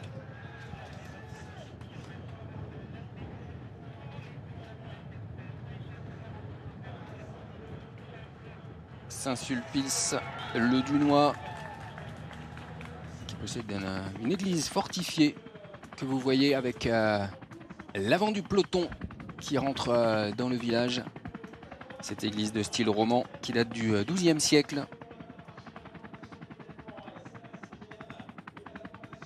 Et adossé à l'église, vous avez une maison tour qui est une des plus anciennes demeures moyenâgeuses de la région, avec un clocher de plan carré. Cette église inscrite au monument historique depuis mai 1994. L'église de Saint-Sulpice. Le Dunois, 25 km de l'arrivée. Un peu moins maintenant, 24 pour les hommes de tête. Et l'écart qui diminue toujours, 32 secondes. Ça va être compliqué pour arriver au meilleur grimpeur suivant. Il reste 14 km avant le dernier grimpeur. Pour prendre des points supplémentaires pour Jean-Louis Leny notamment.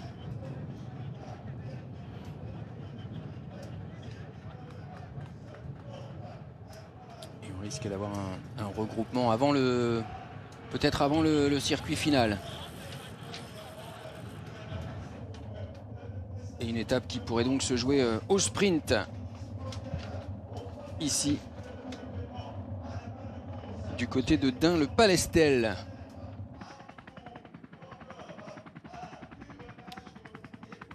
Vous voyez la couleur des arbres à cette époque de l'année. La canicule a sévi ici aussi, en Creuse, comme partout en France. Vous voyez les fougères jaunies par le soleil, par la chaleur. Moins de 30 secondes pour les hommes de tête. Sur une partie encore vallonnée.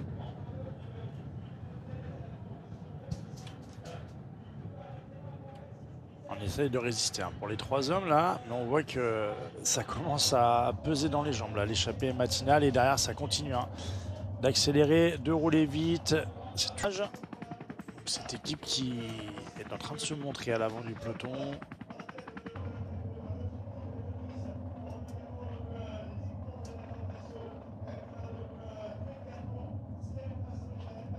Le retour de Décathlon, Ah. CMA CGM. On avait Emilien Jacques là, qui est revenu en Oui, tête de peloton, exactement. qui vient de louper un bidon.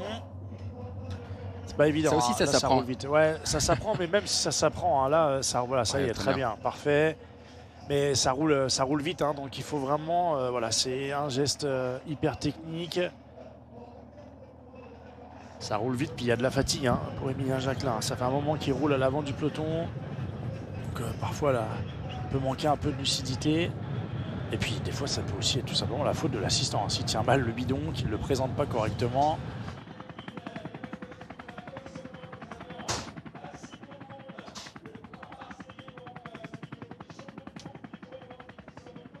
« 22 secondes désormais.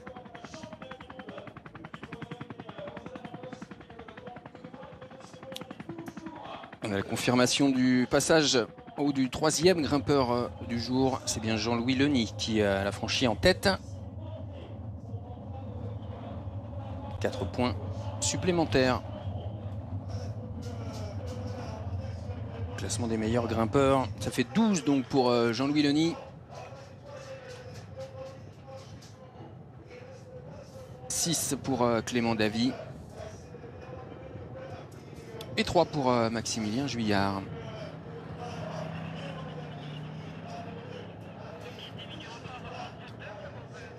Et le dernier meilleur grimpeur, si les hommes de tête l'abordent en tête, offrira également 4 points supplémentaires au premier qui passera.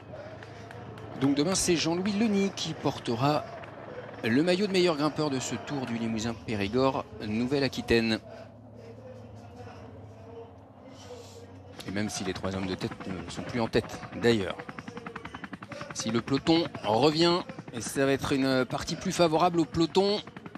Il y a des chances hein, que le peloton réussisse à revenir. Hein, la route sera plus large en plus, là, juste après cette intersection là. On va récupérer une belle route. Ouais. Et donc ce sera plus simple de s'organiser pour le peloton. Et puis on voit bien, ils vont les avoir en point de mire.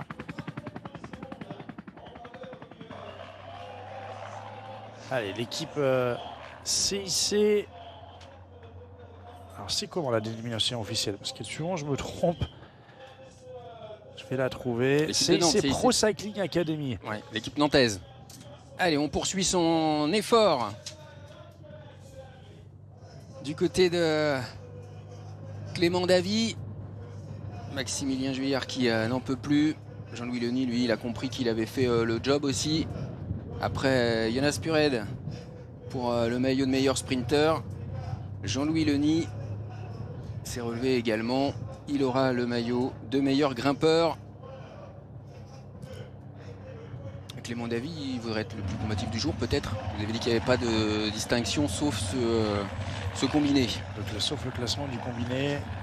Donc, pourquoi pas?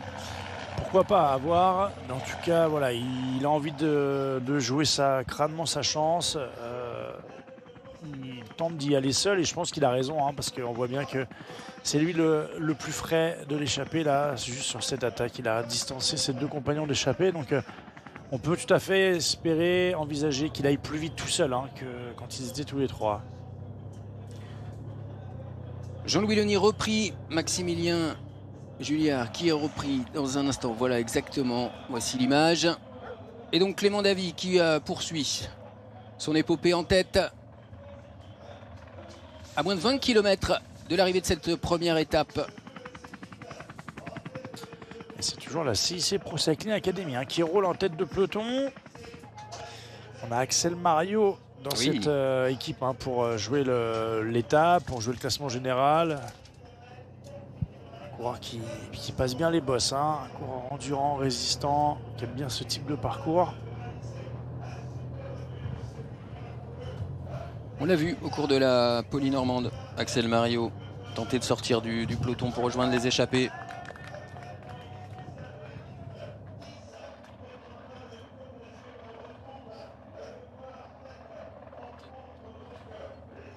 Et Clément Davy qui va peut-être jouer le sprint. Il y a un sprint qui aura lieu sur l'ensemble des 4 étapes, même si nous sommes en Creuse aujourd'hui.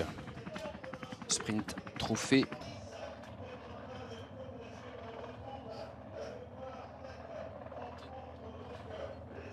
Et Clément Davy qui va peut-être jouer le sprint. Il y a un sprint. Leader de cette équipe Total Energy. Deuxième du classement l'an dernier, il demande le relais. Pour l'instant, personne ne veut le prendre.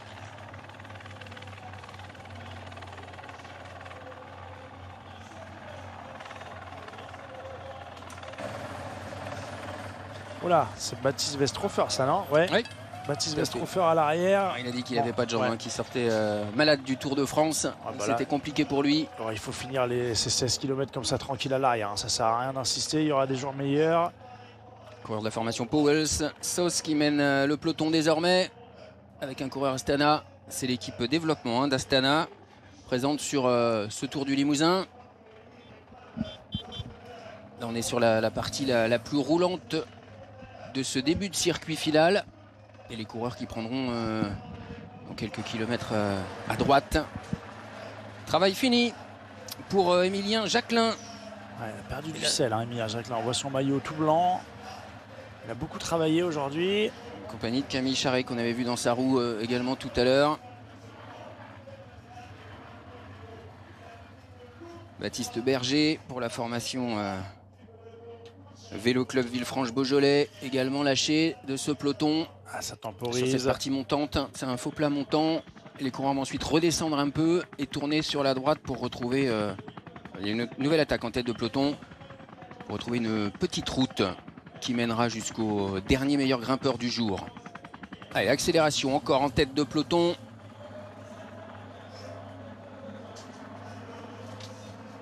De l'équipe Bike Aid. Exactement.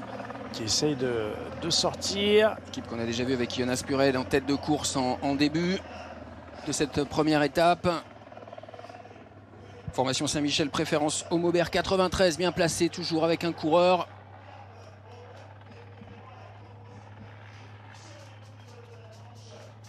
Et on continue d'insister. Et le peloton qui s'étire à chaque accélération.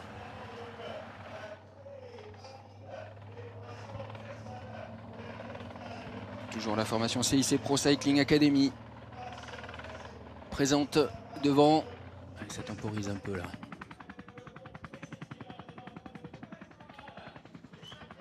Là, il va falloir qu'une équipe, si on veut créer une arrivée groupée, il va falloir que rapidement une équipe pour prendre la tête de ce peloton, pour calmer un petit peu tout le monde, parce que là, à tout moment, on peut se faire piéger sur des mouvements de course comme on les a actuellement. Encore l'équipe Bikehead.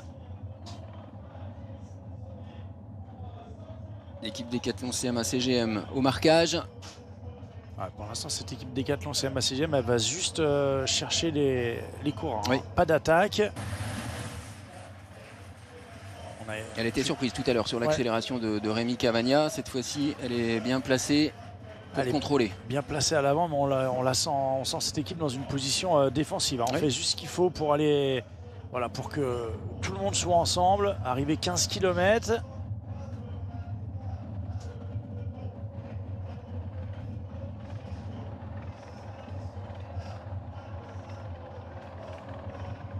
Encore de l'équipe MBH Bank qui mène le peloton maintenant.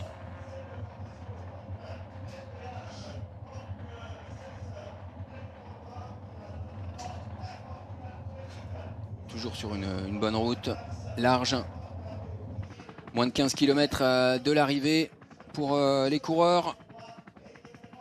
Qui s'imposera d'un Le Palestel à l'issue de cette première étape du Tour du Limousin-Périgord. Nouvelle-Aquitaine. La réponse dans quelques minutes en direct sur ici Limousin, ici Périgord. NoahFrance.tv, YouTube, merci beaucoup de nous suivre aujourd'hui. On vous donne rendez-vous tous les jours jusqu'à vendredi pour suivre ce Tour du Limousin en direct. 13 km 500. Et on voit différents maillots cette fois. Pas d'équipe organisée véritablement, comme vous le disiez Christophe, pour l'instant, pour mener le peloton.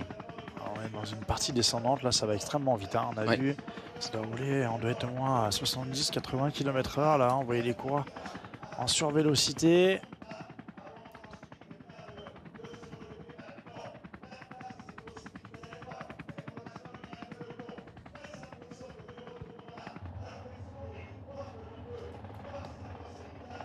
Les lotos Intermarché qui ont repris la tête de ce peloton. Les Cofidis sont en train de se regrouper aussi.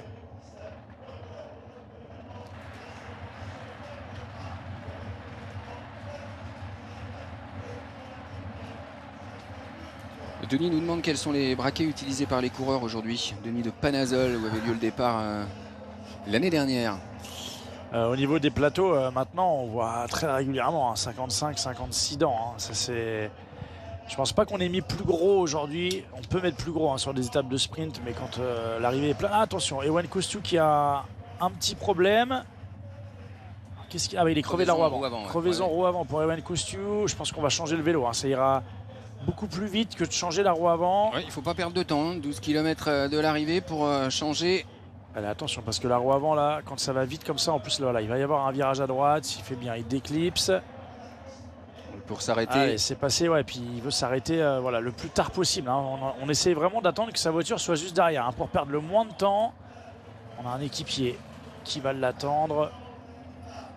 Oh là là, mais elle est où sa voiture? Elle est loin, il va changer de vélo carrément. Même. Par rapport à la taille des coureurs, on n'est pas tout à fait sur le même gabarit quand même. Ah oui, attention, Ewan Kostiu qui perd du temps. Ah, sa voiture arrive visiblement. Sa voiture est là. Allez, on va changer, il va falloir le ramener du coup. On rechange de vélo parce que Joshua Kench il va être utile pour rouler éventuellement. S'il peut ramener Ewan Kostiu dans le peloton à moins de 12 km de l'arrivée. On a le temps, il y a 12 km, mais bon, faut pas... Ça va rouler devant quand même. Il faut pas trop tergiverser. Déjà, on a tergiversé. Après, je pense que sa voiture était loin. On rappelle sur les premières étapes, comme ça l'est actuellement, c'est un tirage au sort. La veille qui fait l'ordre des voitures. Donc, hier, on n'a peut-être pas eu la main très chanceuse du côté des directeurs sportifs. C'est Tanguy Turgis et Yvon Kerr, les deux directeurs sportifs de cette équipe Groupama FDJ United. Après, dès demain, ce sera l'ordre du classement général qui va définir le cheminement des véhicules derrière. Est-ce qu'on laisse un autre coureur attendre pour ramener Ewan Kostiu si c'est l'atout numéro 1 de l'équipe?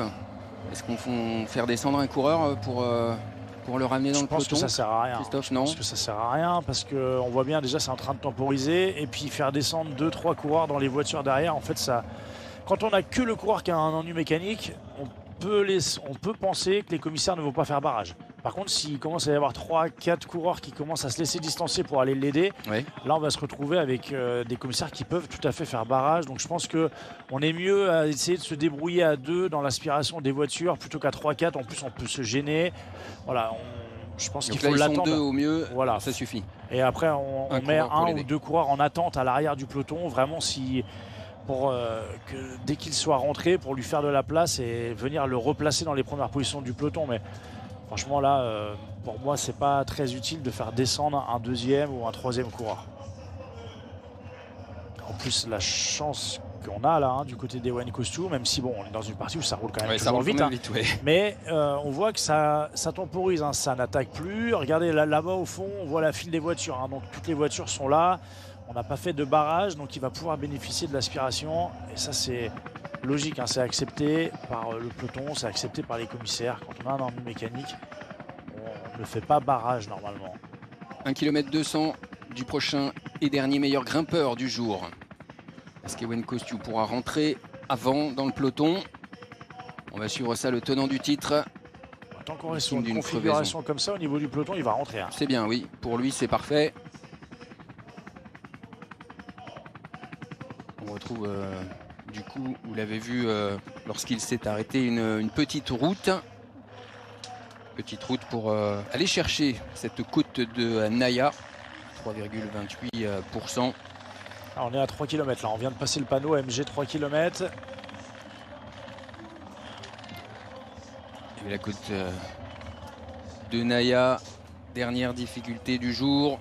Vous l'avez compris, le maillot de meilleur grimpeur sera sur les épaules de Jean-Louis Leny demain. Là, on se joue vraiment la victoire d'étape maintenant. Ah, je crois qu'on est en train de revenir en bas là. Exactement, en bas de votre écran. Bien vu, Christophe. Voilà. Ewan Kostiu est en train de revenir avec son coéquipier. Allez, tout va rentrer dans l'ordre. C'est son vélo à lui en plus, puisqu'il a pu avoir son vélo de rechange qui était sur la voiture.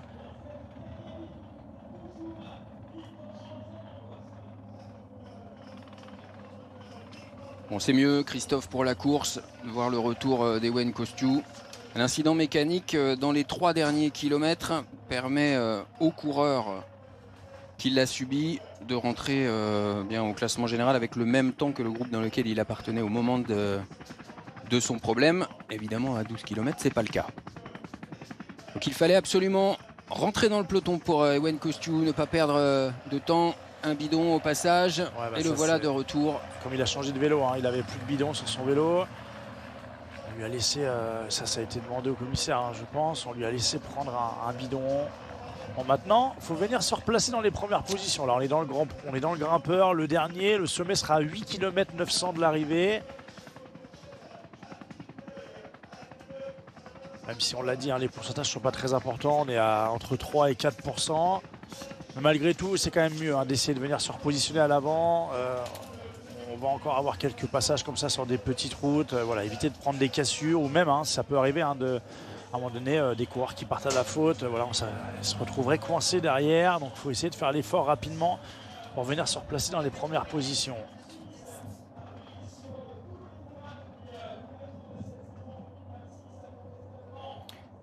L'équipe Elite Fondation de retour aux avant-postes. Équipe Saint-Michel, préférence Aubert 93, toujours bien placée. Et puis la formation qu'on voit depuis le début également, l'équipe Lotto Intermarché. L'équipe Saint-Michel, préférence Aubert 93. Christophe, qu'on voit aux avant-postes, on roule pour qui là? Théo Delacroix, Mornay Van Niekerk peut-être dans cette formation dirigée par Léo Peters sur ce tour du Limousin Périgord Nouvelle-Aquitaine. On sait qu'on a perdu Antoine Berger en début de course. Bon, en tout cas, on essaye au maximum d'être à l'avant. Ouais, je pense plus peut-être pour Théo Delacroix, ouais. À voir, hein, il y a aussi Simon Guglielmi qui était avant dans l'équipe Groupama FDJ, donc un coureur qui a de l'expérience. Attention, ça frotte là, ça a frotté sur la droite de l'image, coureur de Van Rysel, Roubaix là, qui se repositionne. La guerre de placement a commencé. Nicolas de Beaumarchais en queue de peloton. On a vu déjà Camille Charret tout à l'heure lâché par ce peloton. Et ça rattaque. Ça rattaque, coureur de CIC Pro Cycling Academy. Et là, c'est bien sorti. Hein. Oui. Une belle attaque.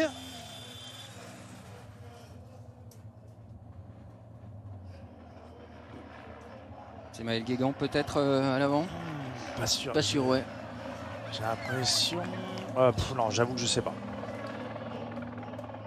En tout cas, c'est lui qu'on peut éventuellement attendre aujourd'hui. Cette équipe dirigée par Cédric Barre avec Axel Mariou, vous en avez parlé tout à l'heure. Et Jules Vaugrenard dont on parlait, meilleur grimpeur 500 mètres. Il y a encore des points à récupérer. On peut avoir des idées. Il y a beaucoup de points pour le meilleur grimpeur en jeu, évidemment, dans les prochaines étapes de ce tour du Limousin. Ah, là, j'ai l'impression qu'il est parti pour autre chose que le Grand Prix de la Montagne. Hein. Il a d'autres ambitions là. Allez, peut-être qu'avec l'hélicoptère, on va réussir à capter son numéro de dossard. Mais ce qui est sûr, une belle attaque. Hein. Elle est bien sortie. Un beau punch. Derrière l'équipe Lotto Intermarché hein, qui est en train de s'organiser.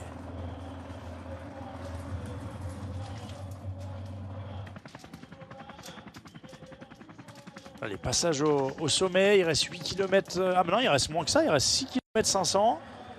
Pourquoi j'avais 8 900 Je pense que c'est plutôt Joris Chaussinan qui est en tête. Christophe, il semble que c'est plutôt Joris en tête de peloton. Ouais, je pense que on vous l'a dit, on a des soucis avec le réseau, donc je pense que le kilométrage là-haut, il faut pas s'y fier. Hein. Normalement, le sommet est à 8 km 900 de l'arrivée.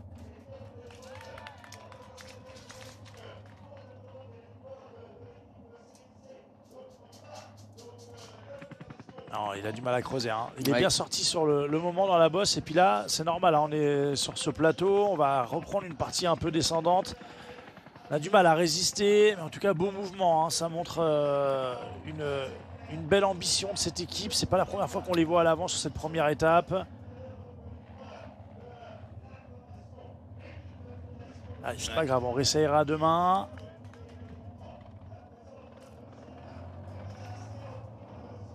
Et là, c'est sûr, on va aborder une partie très roulante en direction de Colondane. avant l'intersection qui ramènera les coureurs vers la ligne d'arrivée. Et à nouveau, c'est l'équipe Elite Fondation Cycling Team, toujours. l'équipe suisse qui est à l'avant. On les confond un peu avec leur maillot rouge, à l'image de l'équipe Peloton Intermarché.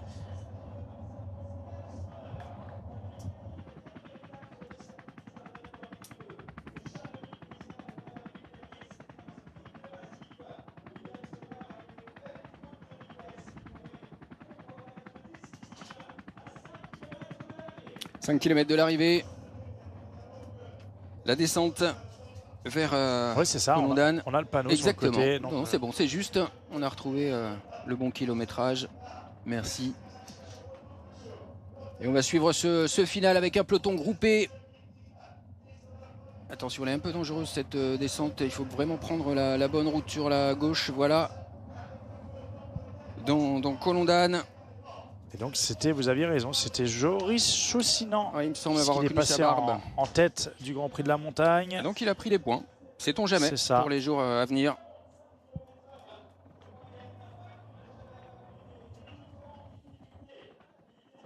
Devant les coureurs d'Elite Fondation qui menaient le peloton avec Valentin Darbelay et Victor Jean. La descente de Colondane.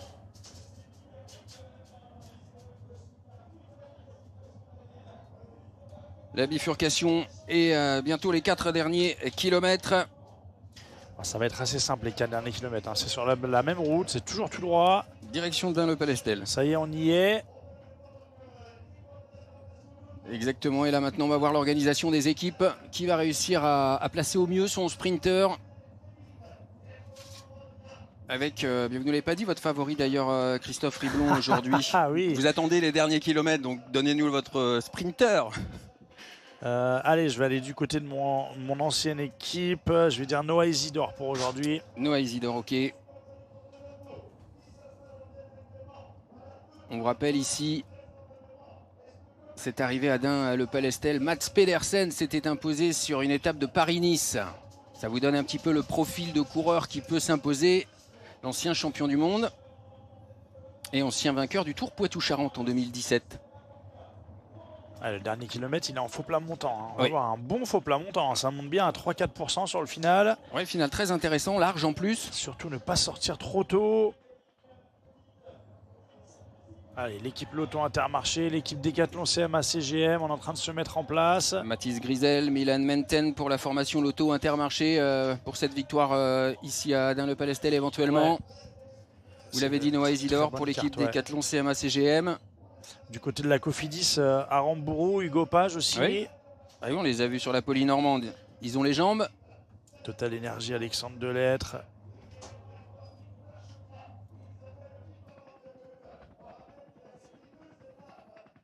Et on profite de ces images aériennes sur ce finish à 2 km de l'arrivée. Le finish de cette première étape du Tour du Limousin. Périgord, Nouvelle-Aquitaine à suivre en direct sur ici. Limousin, ici Périgord. Noah, France.tv et YouTube. Merci d'être avec nous cet après-midi, malgré les conditions difficiles avec ce problème au niveau téléphonique. Merci à Sébastien Gallaudet, notre réalisateur, Régis Réveillé et ses hommes, de nous avoir permis de vivre cette course cet après-midi, dont le final a lieu maintenant, avec les trains des sprinteurs qui vont se mettre en place, notamment celui de cette équipe Lotto Intermarché, toujours bien placée, avec elle Elite Fondation Cycling Team, qu'on voit rouler depuis tout à l'heure, et puis eh bien, l'équipe Décathlon CMA CGM, toujours bien placée. On est bien en place du côté de la Lotto Intermarché, l'équipe Décathlon CMA CGM aussi, on les sent en attente. On le sait, on l'a dit, le final est long, en faux plat montant, il ne faut pas partir de trop loin. Allez, des coureurs qui essayent de venir se replacer là sur la droite de l'écran. On voit peu l'équipe Groupama FDJ United, on a vu un coureur dans les 10 premiers. Et derrière, il y a des coureurs qui sont en train de s'écarter. Ça fait mal, ce faux plat montant d'arrivée. Allez, la flamme rouge, le dernier kilomètre. On se relève pour le coureur de la Lotto. Allez, l'équipe Total Énergie qui tente de se replacer dans le train de la formation Décathlon CMA CGM. On est sur l'autre côté de la route par rapport à la formation Lotto. Et on revient près du train de la Lotto. Ce sera bien pour Noah Isidore du côté de la Décathlon CMA CGM. Il a encore un équipier devant lui. L'équipe totale, Alexandre Delettre peut-être. On sait l'importance des bonifications. Allez, moins de 500 mètres, l'entrée dans Dun-le-Palestel et ce sprint final avec toujours l'équipe Lotto qui mène le peloton. Et c'est maintenant les poissons pilotes qui sont en action, moins de 300 mètres. L'équipe Décathlon CMA CGM qui a pris la tête. Noah Isidore en deuxième position. Très bien placé mais dans sa roue, un coureur de l'équipe Total et de l'équipe Cofidis. Et ça y est, c'est parti. Isidore. C'est parti pour Noah Isidore qui est en train de... Mais... À 100 mètres de la ligne. Noah Isidore, on est à 2 avec l'équipe Décathlon CGM. Noah Isidore, c'était votre favori, Christophe? Noah Isidore qui s'impose. Il s'impose. Ici devant Dan Depuy et Hugo Page qui fait 3e. Et c'est Pierre Gautra avec qui est en train d'emmener. Pierre Gautra, sacrée condition, parce qu'il a fait le poisson pilote. À la fin, il vient chercher la 4e place. On avait donc Hugo Page, vous l'avez dit, pour l'équipe Cofidis. Aramburu aussi, qui est la 5e. Exactement. Et juste derrière lui, le local, Baptiste Vadik, il avait dit qu'il ne venait pas pour faire 4. Il voulait gagner, Baptiste. Il termine 6e de ce sprint, juste devant Alexandre Delettre, son coéquipier. Les bonifications donc pour Noah Isidore. Jonas Pured, qu'on a vu en tête au cours de cette étape et qui avait empoché 9 secondes de bonification, ne termine pas dans les 3 premiers. C'est donc Noah Isidore qui va faire coup double en remportant cette étape et en s'emparant du maillot jaune de leader. Victoire de Noah Isidore.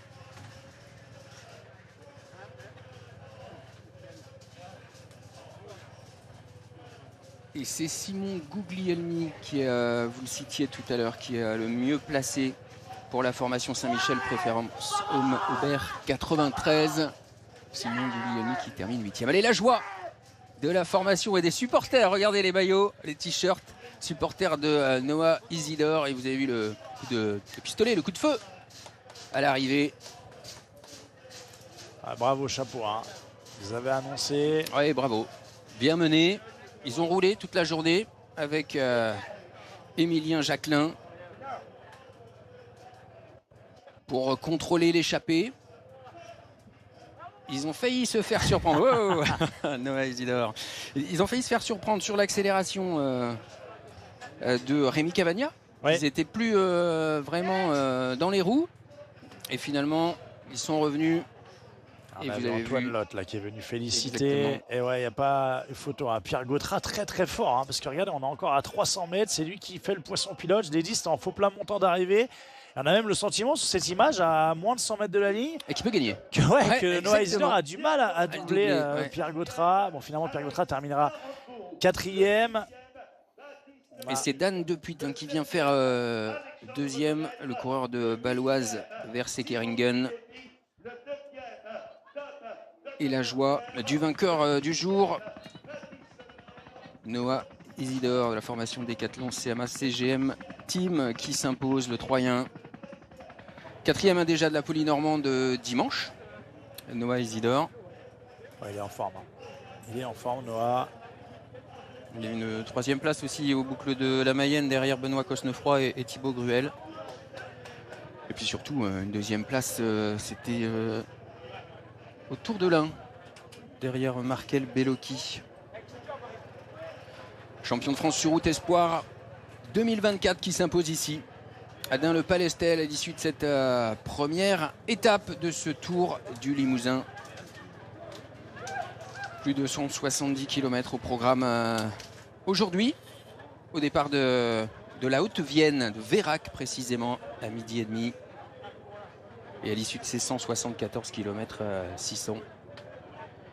Eh bien, l'une des formations World Team, l'une des 3 formations World Team présentes sur ce Tour du Limousin s'impose.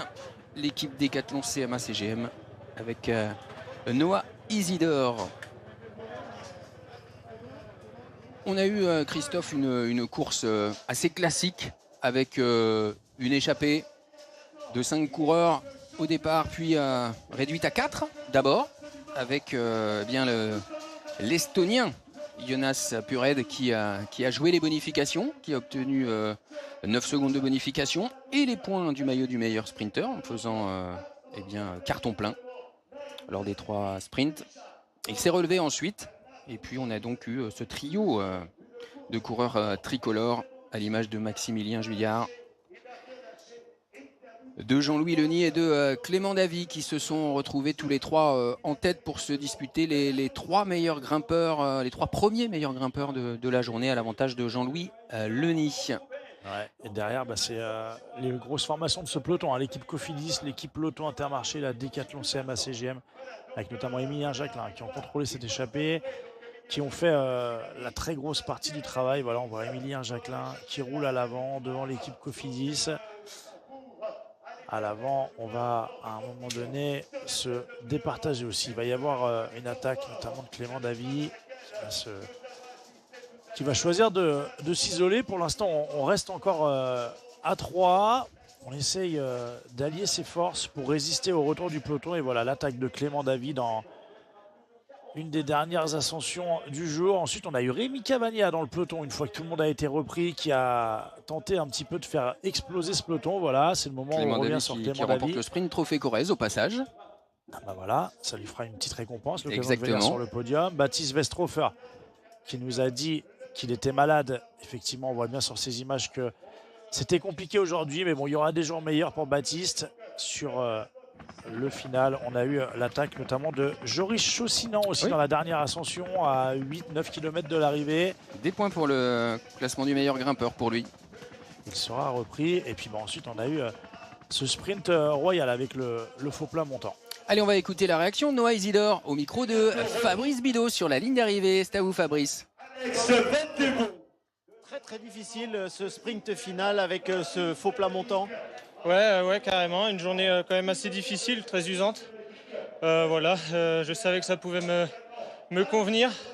Donc j'avais vraiment à cœur de conclure aujourd'hui. L'équipe m'a fait confiance. Ils ont vraiment beaucoup travaillé. Je les remercie. On vous a vu enlacer Émilien Jacquelin parce qu'il a fait un très très gros travail. C'est lui qui a ramené le peloton sur les échappées. Ouais, c'est ça. Voilà, lui a très envie de bien faire. Donc il aide l'équipe vraiment parfaitement, franchement, pour sa deuxième course professionnelle. Donc oui, c'est clair. Je me dois de le remercier comme tous mes autres coéquipiers. Franchement, ils ont juste fait un boulot extraordinaire. Ils ont cru en moi et voilà, je pense que je les remercie de la meilleure des manières avec la victoire. Est-ce que du coup maintenant vous allez viser la victoire finale avec les 3 étapes qui nous attendent? Honnêtement non, c'est pas un objectif parce que je pense pas que je peux passer le demain et après-demain. Donc non, je vais me mettre au service de l'équipe plus. On a des meilleurs grimpeurs que moi. Ils ont su m'aider aujourd'hui, donc je vais leur rendre l'appareil. En tous les cas, ça fait, j'imagine, très plaisir cette victoire sur le Tour du Limousin. Ouais, carrément, surtout que je tourne autour depuis un moment. J'ai eu, on va dire, une première victoire qui m'a été retirée. J'avais un peu la rage depuis 2-3 mois. Et j'ai juste travaillé pour regoûter à cette joie, quoi. Bravo, merci beaucoup Noah. Vainqueur donc ici au sprint à Dun-le-Palestel. Merci beaucoup Fabrice Bidot. Noah Isidore qui s'impose et donc la formation Décathlon CMA CGM qui poursuit sa moisson sur ce Tour du Limousin, puisque déjà l'année dernière l'équipe avait remporté 2 étapes avec Paul Lapéra entre Saint-Jal et Masseray, et puis Andrea Vendrame qui s'était imposé à Limoges lors de la dernière étape. Voilà une nouvelle victoire pour la formation Décathlon CMA CGM, celle de Noah Isidore que l'on revoit à l'image. Grosse saison pour cette équipe Décathlon CMA CGM. On en est à 24 victoires cette saison.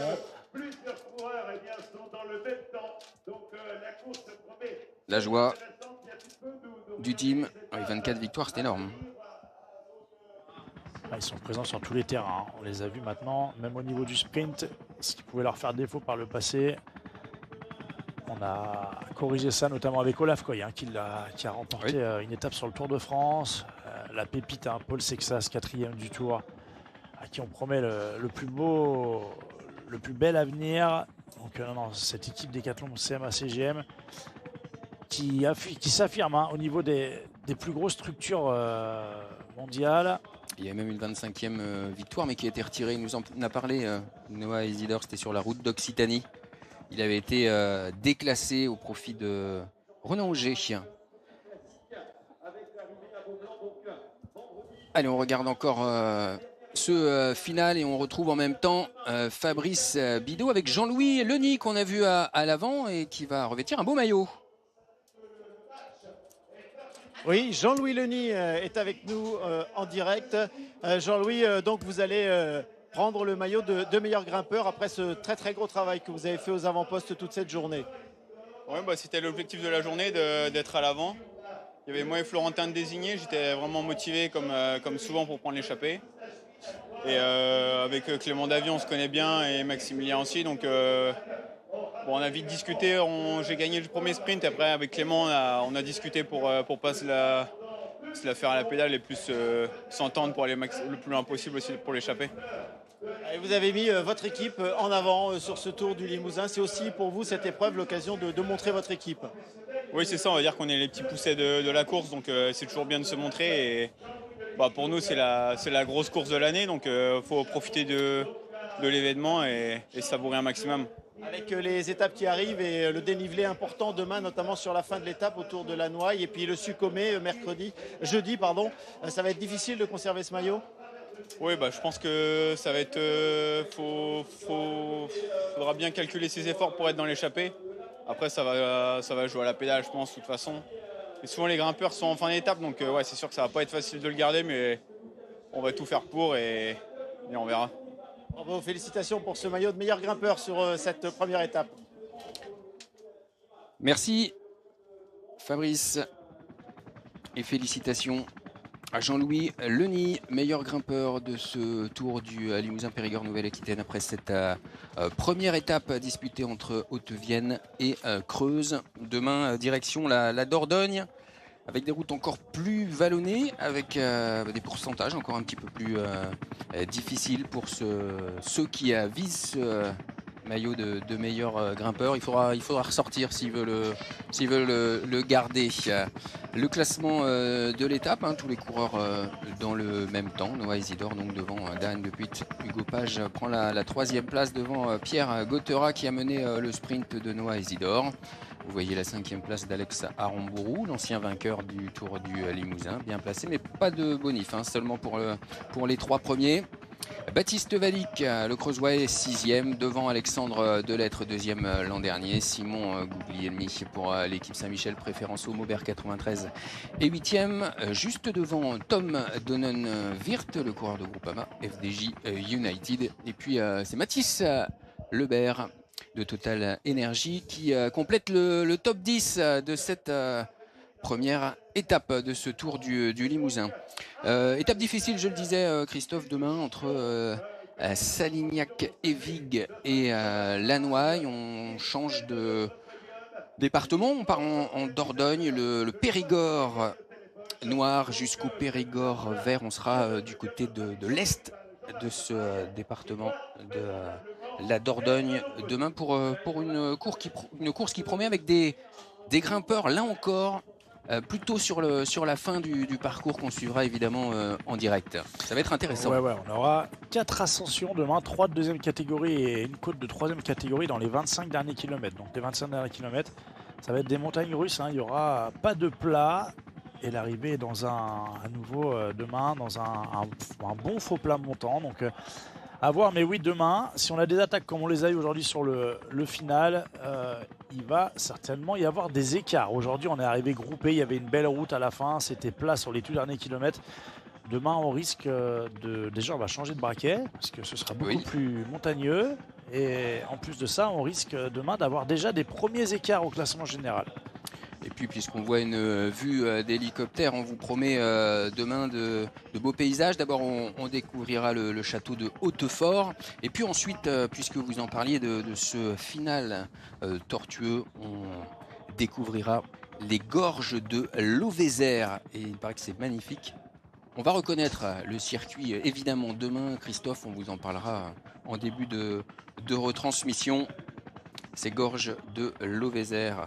On vous montrera demain dans le final de cette deuxième étape. Le maillot jaune, il est donc sur les épaules de Noah Isidore, le vainqueur de cette première étape du jour. Il nous l'a dit par rapport à ses qualités de sprinter, on le revoit là dans les roues de Pierre Gauthierat. Il ne devrait pas jouer la gagne jusqu'à la fin pour cette équipe Décathlon CMA CGM, mais peut-être plutôt jouer un rôle d'équipier avec peut-être Aurélien Paré-Peintre ou Antoine Lhôte dans cette formation Décathlon CMA CGM Team que l'on suivra demain donc pour cette deuxième étape entre Salignac et Vig et Lannoy. On va se régaler encore une fois demain, Christophe, ça promet de beaux duels et peut-être une course qui pourrait se décanter en tout cas au niveau des leaders. Ouais, demain ce sera la première explication entre leaders. On a vu qu'aujourd'hui pas mal d'équipes et de coureurs avaient envie d'attaquer, d'être offensifs, donc demain ils auront tout le loisir de le faire. En tout cas le parcours s'y prête demain, ça c'est sûr. On se donne rendez-vous vers 14h55, avec Christophe, plaisir. pour suivre cette deuxième étape, le final, les 50-60 derniers kilomètres. Merci à vous de nous avoir suivis cet après-midi. On se retrouve demain avec Noah Isidore et son maillot jaune de leader du classement du Tour du Limousin Périgord, Nouvelle-Aquitaine. À demain.